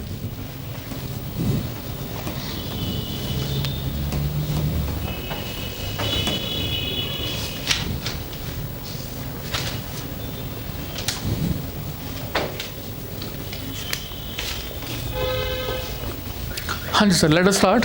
And question says the Union Transport Company has been given a 20 kilometer long route to play a bus। तो यूनियन ट्रांसपोर्ट कंपनी के पास एक 20 किलोमीटर का रूट है। देखो बच्चों, जब तक जो इन्फॉर्मेशंस आपके पास क्वेश्चंस में गिवन है उस इन्फॉर्मेशन को अपने आप को आप डायग्रामेटिकली समझा के नहीं रिप्लेस करते, तब तक आप फिर हमेशा डाउट में रहोगे, राइट। तो सबसे पहले इंफॉर्मेशन को डायग्रामेटिकली रिप्रेजेंट करो। आपको क्वेश्चन कहता है कि आपको एक रूट दिया गया है, जिस रूट का जो डिस्टेंस है वो कितना है 20 किलोमीटर। तो आप ऐसे डाल दो, ए पॉइंट है, ये बी पॉइंट है, और एक का बीच का जो डिस्टेंस है दैट इज 20 किलोमीटर, राइट। और आगे चलते हैं। आगे लिखा हुआ आपके पास that the bus cost the company ₹1 lakh. तो बस कॉस्ट द कंपनी, तो आपके पास ये बस है और इस बस की जो कॉस्ट है दैट इज ₹1 लाख। 1 लाख रुपए की कॉस्ट है इस बस की, राइट। और it has been insured at 3% per annum. तो इंश्योरेंस है 3%। पहले तो बताओ, ये जो कॉस्ट है ये 1 लाख रुपये कहाँ आएगा, स्टैंडिंग में या रनिंग में? कहीं नहीं आएगा, क्योंकि ये तो हमारा कैपिटल एक्सपेंडिचर है। हम लोग कभी भी कैपिटल एक्सपेंडिचर को अपनी कॉस्ट शीट में नहीं कंसिडर करते, हमेशा क्या कंसिडर करेंगे, रनिंग एक्सपेंसेस या स्टैंडिंग, जो कि रेवेन्यू नेचर के हो, जो कि रेवेन्यू नेचर के हो। अच्छा, आगे लिखा हुआ है इंश्योरेंस। ये जो इंश्योरेंस है, इंश्योरेंस लिखा हुआ है 3%। तो ये 3% किसका होगा? Always always of the cost of the vehicle. जब भी इंश्योरेंस कंपनी परसेंटेज में इंश्योरेंस प्रीमियम बताती है तो वो परसेंटेज हमेशा कॉस्ट ऑफ द व्हीकल के रिस्पेक्ट से होता है। और मुझे बताना, ये इंश्योरेंस कहाँ आएगा, स्टैंडिंग में या रनिंग में? स्टैंडिंग में आएगा, बिल्कुल ठीक बात है। तो हम लोग स्टैंडिंग में लिखते हैं इंश्योरेंस। और हमारे क्वेश्चन के अकॉर्डिंग ये जो इंश्योरेंस है ये 3% है, और ये 3% किस चीज़ का है, कॉस्ट का। और जो ये कॉस्ट है वो कितने रुपीज़ की है सर? तो वर्किंग में यहीं पर ही कंसिडर कर लो, सो दैट अमाउंट की कैलकुलेशन भी यहीं पर हो जाए और वर्किंग भी आ जाए। इट्स ₹3,000। और आगे चलते हैं बच्चों, नेक्स्ट देखते हैं क्या क्या कहता है हमें। And then question says the bus cost the company ₹1 lakh, it has been insured 3% per annum. The annual road tax amounted to ₹2,000। तो एक साल के जो हमारे रोड टैक्स एक्सपेंसेस हैं वो 2,000 के हैं। तो एक साल के रोड टैक्स एक्सपेंसेस भी हमारे स्टैंडिंग में आ जाएंगे, इसको हम यहीं पर कंसिडर करेंगे। And how much amount is there, 2,000, right. तो जनरली बच्चे डिबेट करते हैं, बच्चे कहते हैं सर हमारे रोड टैक्स वगैरह हमें रनिंग में लिखने चाहिए। बच्चों, जितने भी ट्रांसपोर्ट व्हीकल्स होते हैं ये लोग पास बनवा लेते हैं, राइट। ये एक साल के एक साथ पास बनवा लेते हैं, महीने का पास बनवा लेते हैं, जिसमें कि सारे के सारे इन एंड आउट इनका फ्री हो जाता है। तो इसलिए हम इसको क्या करते हैं, स्टैंडिंग। और आगे चलते हैं बच्चों, that garage rent is ₹400 per month. पहले बताओ, स्टैंडिंग या running? Right, garage rent standing, and this is 400 per month है सर, पर मंथ है। और हमें तो क्या चाहिए, एनुअल में चाहिए, तो क्या करें, multiply by 12, and this will be ₹4,800, right. और आगे चलते हैं, next we have annual repair is estimated to cost ₹2,360। तो एनुअल रिपेयर, तो ये जो रिपेयर्स एंड मेंटेनेंस होता है that is always in running, right. And how much amount is there, 2,360। And the bus is likely to last for 5 years। तो life of the bus, यहाँ पर आपके पास life of the bus given है कितनी, तो हम मान के चल रहे हैं कि हमारी बस जो है वो 5 साल तक रन करेगी, राइट। और आगे चलेंगे, the salary of the driver and the conductor is ₹600 and ₹200 per month respectively, in addition to 10% of the takings as commission to be share equally by them. कहता है कंडक्टर एंड ड्राइवर को 2 तरह की salary दे रहे हैं, एक तो per month वाली, तो पर मंथ वाली जो सैलरी होगी वो क्या हो जाएगी, स्टैंडिंग, और एक और सैलरी है जो कि बेसिकली टेकिंग्स पर डिपेंड करती है। तो यानी कि जो कमीशन है जो टेकिंग्स पर डिपेंड करती है, अब वो स्टैंडिंग में नहीं आएगा, वो रनिंग में आएगा, राइट। तो स्टैंडिंग में नहीं आएगा, वो रनिंग में आएगा। तो आप लोग इस वाले एक्सपेंस को हम लोग यहाँ से स्टार्ट करते हैं। हमने कहा ड्राइवर्स सैलरी, और सही जो ड्राइवर सैलरी है वो कितने रुपीस की है, 600, हाँ जी 600 रुपये पर मंथ है। It's rupees 600 per month multiply by 12, 7200 per annum आ जाता है, राइट। और उसके बाद है कंडक्टर्स ऊपर भी आएगा नीचे भी आएगा, राइट। कंडक्टर 200 पर मंथ है, मल्टीप्लाई बाय 12 कर दो, इट्स रुपीज 2500, राइट। और कंडक्टर एंड ड्राइवर सैलरी यहाँ पर भी आएगा। और बच्चों यहाँ पर क्वेश्चन क्या कह रहा है, कितना है, 10%, राइट। तो 10% कह रहा है, बट 10% किस चीज़ का, टेकिंग्स। और बच्चों बताना टेकिंग्स कितनी है, क्वेश्चन से देख के बता सकते हो। अगर टेकिंग्स आपको बता होती तो आप ये सब कर क्या रहे हो, आप टेकिंग्स ही तो निकाल रहे हो, फेयर ही तो निकाल रहे हो। तो we does not have the idea at this point of time. तो एक काम करते हैं, इसको पेंडिंग छोड़ देते हैं, भाई पेपर में टाइम कम है, आपको जो आता है वो करते हैं, इसको बाद में देखेंगे, राइट। इसको लास्ट में करेंगे बेसिकली। और आगे चलेंगे, next we have the manager salary is rupees 1400 per month. तो मैनेजर की सैलरी 1400 पर मंथ है, तो कहाँ पर, right, fixed managers salary, this is rupees 1400 per month, multiply by 12 कर दें, इट्स रुपीज 16,000, 800 भी है, 800 ऑल्सो, ओके। नेक्स्ट आगे चलेंगे, and the stationery will cost rupees 100 per month.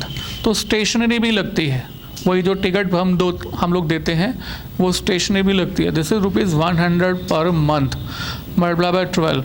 अगर आपके पास एक्सपेंसेस ये अमाउंट पर एनम है तो आपके पास सभी के सभी अमाउंट्स पर एनम में होने चाहिए। If anything is given to you in per month, make it per annum. और आगे चलेंगे बच्चों, नेक्स्ट देखते हैं क्या, that is petrol and oil cost rupees 50 per 100 kilometre. पहले तो बताओ ये जो पेट्रोल कॉस्ट है इसको मैं किस कैटेगरी में डालूं, रनिंग में, पेट्रोल एंड ऑयल, राइट। और क्वेश्चन कह क्या रहा है, 50 रुपये पर 100 किलोमीटर। तो बच्चों 50 रुपये पर 100 किलोमीटर है, राइट। ये किसी ज़माने में होता था, 50 रुपये 100 किलोमीटर के लिए, तो 1 किलोमीटर के लिए कितना हुआ बताओ, 50 पैसे। तो किस ज़माने की बात हो रही होगी, अब आप समझ लो। तो अब तो 10 रुपये पर किलोमीटर लगता है। बड़ी अगर गाड़ी है आपके पास और आप बड़ी गाड़ी वर्क पे चला रहे हो तो 10 रुपये पर किलोमीटर। चलो कोई बात नहीं, हम तो क्वेश्चन के अकॉर्डिंग मार्क्स लेने में इंटरेस्टेड हैं, है ना। तो पेट्रोल एंड बच्चों इसके लिए हमेशा वर्क नोट बनाना, क्योंकि ये हमेशा पॉइंट आपको तंग करेगा। And it will be rupees 50 per 100 kilometre, 50 रुपये 100 किलोमीटर के लिए, राइट। इसको मैं ऐसे लिख दूँ, 400 kilometer petrol cost is equal to rupees 50 and for 1 kilometer petrol cost is equal to rupees 50 upon 100, मतलब कितने पैसे आ जाते हैं भाई, 0.50, ठीक है। अब 1 किलोमीटर के लिए आपने पेट्रोल की कॉस्ट निकाल दी है सर, वो है 50 पैसे। अब अगर आप 1 किलोमीटर के लिए 50 पैसे की कॉस्ट फाइंड कर चुके हो, तो अब आप क्या फाइंड करोगे जिससे कि आपके पास total cost of the petrol आ जाए, टोटल नंबर्स ऑफ किलोमीटर। तो total numbers of kilometre find करना हमारा काम है। अब ये टोटल नंबर्स ऑफ किलोमीटर्स कैसे फाइंड करेंगे ये देखते हैं। तो मैंने कहा इसको for dash kilometre cost is equal to, ये जो डैश है that will be the star, right. इस डैश को निकालना है हमें, यानी कि नंबर्स ऑफ किलोमीटर फाइंड करना है। आपसे ये नंबर्स ऑफ किलोमीटर कैसे फाइंड करेंगे, आपको पहले सिखाया हुआ है कैसे करेंगे। सबसे पहले 1 डे के लिए, उसके बाद 1 मंथ के लिए, एंड देन 1 ईयर के लिए। भाई अगर आपके पास नंबर्स ऑफ किलोमीटर आ जाए तो 1 किलोमीटर की कॉस्ट तो 50 पैसे है, तो इतने किलोमीटर की कॉस्ट कितनी लगेगी, मल्टीप्लाई करके आप फाइंड कर लोगे, राइट। तो यही हम यहाँ पर कर भी रहे हैं। फिर से हमने कहा petrol and oil will cost ₹50 per 100 kilometre लिखा हुआ है, एंड द बस will make 3 round trips per day. तो हमारी जो बस है वो एक दिन के अंदर कितने राउंड ट्रिप काटती है, 3, मतलब कितने चक्कर हो गए, मतलब कितने ट्रिप्स हो गए, 6 ट्रिप्स। और आगे सुनो, आगे लिखा हुआ है that per day carrying on an average 40 passengers in each trip. और हर बस के अंदर कितने पैसेंजर ट्रैवल करते हैं, 40। These are the numbers of passenger in 1 trip. Assuming 15% profit on the takings, आपको 15% प्रॉफिट की बात कर रहा है। तो बच्चों जब लास्ट में आपके पास टोटल कॉस्ट आ जाएगा तो उस टोटल कॉस्ट के अंदर आप जो प्रॉफिट ऐड करोगे तो वो प्रॉफिट ऐड कितना करोगे, 15% ऑफ टेकिंग। पर ये भी बात की बात है ना, मैंने यहाँ पर ऐसे लिख दिया, इसकी बात हम बाद में करेंगे। और क्वेश्चन आगे और रीड करते हैं। एंड द बस will play on an average 25 days in a month, मतलब एक महीने के अंदर हमारी जो बस है, 1 मंथ के अंदर हमारी जो बस है वो कितने ट्रैवल कर रही है, कितने दिन ट्रैवल कर रही है, 25 days. A 1 month is equal to 25 days. Prepare operating cost statement on a full year basis and also calculate the bus fare to be charged from each passenger per kilometer. तो बताइए cost per kilometre कितनी है और बताइए हर passenger से हम लोग कितना अमाउंट चार्ज करेंगे, राइट। हम जितना अमाउंट कस्टमर से चार्ज करेंगे, पैसेंजर से चार्ज करेंगे, वो उस पैसेंजर के लिए क्या बन जाएगा, कॉस्ट, राइट। यही कॉस्ट हमें फाइंड करनी है। अब सर आगे प्रोसीड करते हैं। तो 1 डे, तो सबसे पहले एक दिन, तो एक दिन के अंदर नंबर्स ऑफ किलोमीटर कितने हैं, 20 kilometre multiply by 1 day. How much numbers of round trip, 3, यानी कि मल्टीप्लाई बाय क्या कर दूं, 6, राइट। एंड देन 1 मंथ, एक मंथ के अंदर कितने डेज, यार एक दिन की ये इंफॉर्मेशन है, तो 25 दिन यानी कि एक महीने की कितनी इंफॉर्मेशन होगी, multiply by 25। And then 1 year, बताने की जरूरत है, no. So how much numbers of kilometers are there, 36,000 kilometers. और सर पैसेंजर्स तो आपको मालूम ही है, and the passengers as given in the question is how much, 40। और आपके पास ये P रहा, ये K रहा, P इंटू K बाद में कर देंगे, बट सर मेरा एक पेंडिंग काम है। ये 36,000 किलोमीटर क्या शो करता है, ये शो करता है कि हमारी बस कितने किलोमीटर चली है, ट्रैवल की है, और जितने किलोमीटर बस चलेगी उतने किलोमीटर के लिए बस के अंदर पेट्रोल भी यूज़ होगा। तो हम ये कह सकते हैं कि हमने 1 किलोमीटर की कॉस्ट पेट्रोल की निकाली है 50 पैसे, और 36,000 किलोमीटर की कॉस्ट जो होगी वो कितनी होगी, 18,000 ना, यस, रुपीज़ 18,000। बेसिकली मुझे यही चाहिए था, मुझे फाइंड करना था कि नंबर्स ऑफ किलोमीटर कितना है, जितने किलोमीटर में मेरी बस ट्रैवल हुई है और इतने किलोमीटर में हमारी कॉस्ट खर्च हुई है।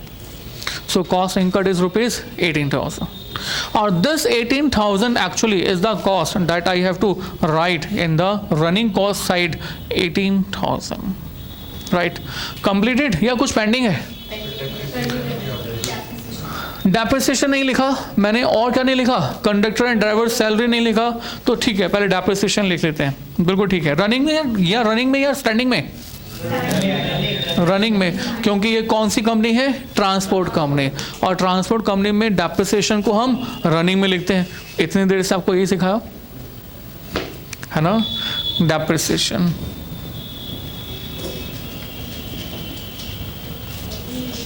यस प्लीज, कैसे, कॉस्ट 1 लाख, लाइफ 5 ईयर्स, और डिवाइडेड, सॉरी स्क्रैप वैल्यू है या नहीं, नहीं है, तो हम ये मानेंगे कि 1 लाख रुपए की कॉस्ट है, स्क्रैप वैल्यू 0 है और लाइफ 5 ईयर, तो हर साल का जो डेप्रिसिएशन आ जाएगा वो कितने रुपीज़ का आ जाएगा? 20,000।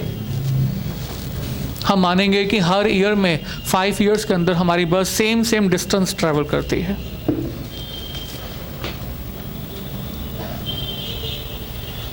Right sir? ओके। अब कंप्लीट हो गया है, कुछ रहता है सर? रहता है सर। मेन पॉइंट तो अभी रहता है, पेंडिंग है, कंडक्टर एंड ड्राइवर सैलरी। अभी भी हम नहीं समझ पा रहे कि ये जो कंडक्टर एंड ड्राइवर की सैलरी 10% गिवन है, how to calculate this, right? तो इस पर्पज़ के लिए हमने आपको एक काम किया, हटा दें से। Should I rough this working portion? Okay, मुझे ये वाला पोर्शन चाहिए।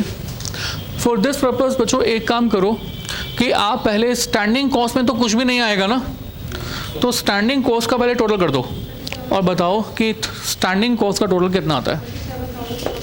ओके, इन्होंने ऐसा किया है, इन्होंने टोटल कर दिया है स्टैंडिंग का, तो टोटल आ गया है, यस प्लीज़, 37,400, राइट। तो इन्होंने कहा कि भैया स्टैंडिंग कॉस्ट जो हमारी खर्च हुई है दैट इज़ ₹37,400, और इसमें हम लोग ऐड कर देंगे क्या? Running cost. और सर ये जो रनिंग कॉस्ट है इसको भी ऐड कर दें, 40,360। पर सर ये 40,000 ठीक है ना? ठीक है, 38 to 40 360, ठीक है। तो बच्चों इस वाले अमाउंट के अंदर अभी क्या इंक्लूडेड नहीं है? विदाउट कमीशन, इसमें कमीशन नहीं है, तो ठीक है सर, इसको आप ऐड भी कर दो। It's basically 77760, right. This is called total cost. और इस टोटल कॉस्ट में क्या चीज़ नहीं है? Without commission. You are very correct, without. अच्छा, कमीशन भी ऐड कर दो, कमीशन भी ऐड कर दो, पता नहीं है, छोड़ो। कमीशन कितना परसेंट? 10% of takings. बच्चों बहुत इंपॉर्टेंट पॉइंट है, सबसे आगे देखो, सिर्फ आगे देखो, 10% ऑफ टेकिंग्स। अच्छा, इसके बाद अब जो आ जाएगा इसको तो मैं टोटल कॉस्ट लिख सकता हूँ ना, ठीक है। अब मैं इसमें अपना प्रॉफिट मार्जिन भी ऐड करूंगा, और जो ये प्रॉफिट मार्जिन है हमें जो क्वेश्चन में गिवन था, क्वेश्चन से देख लो, it's basically 15%, and 15% of what? Takings itself, right. और अब हमारे पास ये जो टोटल आ जाएगा इसको मैं कहूँगा टोटल टेकिंग्स, राइट। अब सर टेकिंग्स के बेसिस पर प्रॉफिट आएगा, टेकिंग्स के बेसिस पर कमीशन आएगा, कमीशन और प्रॉफिट को जब कैलकुलेट हो जाएगा तो टेकिंग्स आएगा। तो तीनों चीज़ें आपस में एक दूसरे के ऊपर डिपेंडेंट है, राइट। तो ऐसे सिचुएशन में फिर से इसको एक्स मान लो, 15% of X, 10% of X, right. तो X minus 15% of X minus 10% of X is equal to this number. तो आपके पास एक्स की वैल्यू आ जाएगी। बट इट्स कॉम्प्लिकेटेड, इजी कर सकते हैं with the help of the mind works. X मानने की तो जरूरत ही नहीं है बच्चों, आप टेकिंग्स को 100 मान लो, तो 100 का 15% क्या हो जाएगा भाई? प्रॉफिट। 100 का 10% क्या हो जाएगा? कमीशन। और 100 माइनस 15 माइनस 10, बाकी क्या बच गया? और 75 की इंफॉर्मेशन वी हैव, यस ना? या एक्स से करके दिखाऊं पीछे? ओके, तो ये जो इंफॉर्मेशन है ये 75 के लिए है, तो 77760 divide by 75 multiply by 10, right. And this is 77760 divided by 75 multiplied by 15, and this is 77760 divided by 75 multiplied by 100। इस तरह से आपके पास टोटल टेकिंग्स ही आ जाएगा, राइट। तो just compute this, how much we have? 368, and how much it will be? 88, sorry sir, ये नहीं, ये बता रहे आपने? 88,128, 1,552, And then 103,680 और बच्चों जैसे ही आपके पास ये नंबर आ जाता है 103,680, this is the total takings. अगर टोटल टेकिंग्स आ गया तो उसका 10% देखो यही बनता है, चेक हो गया। टेकिंग्स कितनी है सर 103,680 और 103,680 का 10% क्या हो गया कमीशन, और इसी नंबर का आप 15% करोगे तो you will have the same figure, yes ना। तो बच्चों इस तरह से कैलकुलेशंस हो रही हैं और इन्हीं सब कैलकुलेशंस के अंदर आपने दिस प्लस दिस इनको ऐड कर दिया, मतलब ये आपके पास आ गया है रनिंग कॉस्ट।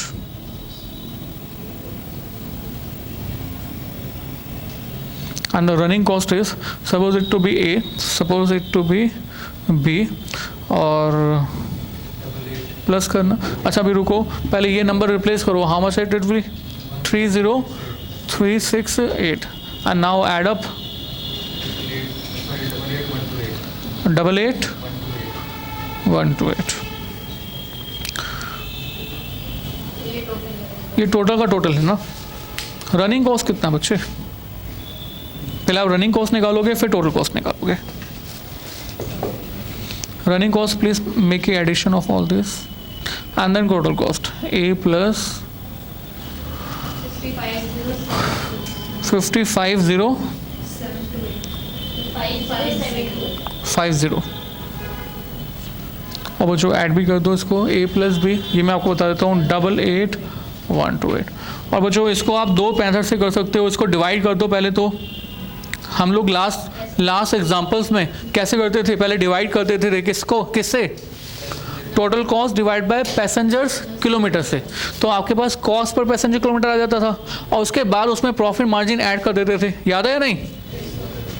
आपके पास टोटल कॉस्ट ये आ गया ₹88,128, इसको आपने डिवाइड कर दिया पैसेंजर्स किलोमीटर से एंड द पैसेंजर्स किलोमीटर हम ऑलरेडी वर्किंग नोट में फाइंड कर चुके हैं, it's basically 36,000 multiply by 40, right, and divide this to cost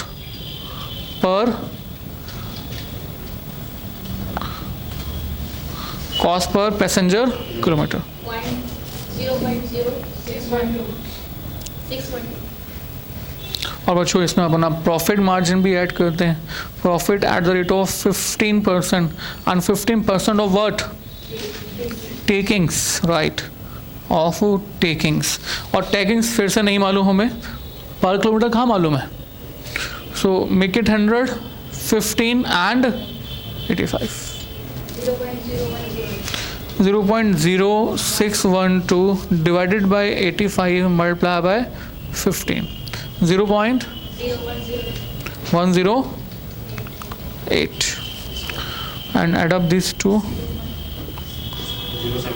0.72. So this is per क्या क्या ये पर पैसेंजर किलोमीटर। तो जब हमने पर पैसेंजर किलोमीटर निकाला है तो इसका मतलब कि हमने नंबर्स ऑफ किलोमीटर से डिवाइड ऑलरेडी कर दिया, नंबर्स ऑफ पैसेंजर से ऑलरेडी डिवाइड कर दिया, और ये जो 0.072 आया ये शो करता है कि एक किलोमीटर के लिए एक पैसेंजर से हम लोग कितना अमाउंट चार्ज करेंगे, एक पैसेंजर से एक किलोमीटर के लिए हम कितना अमाउंट चार्ज करेंगे, that should 0.072, right sir. So this is our today's class, right. और आप लोग आज होमवर्क नहीं करेंगे, होमवर्क हम आपको नेक्स्ट क्लास से देंगे, तो आज हम आपको इतना ही करवाएंगे। आप तो कोई डाउट है तो पूछ सकते हैं। Okay, thank you very much.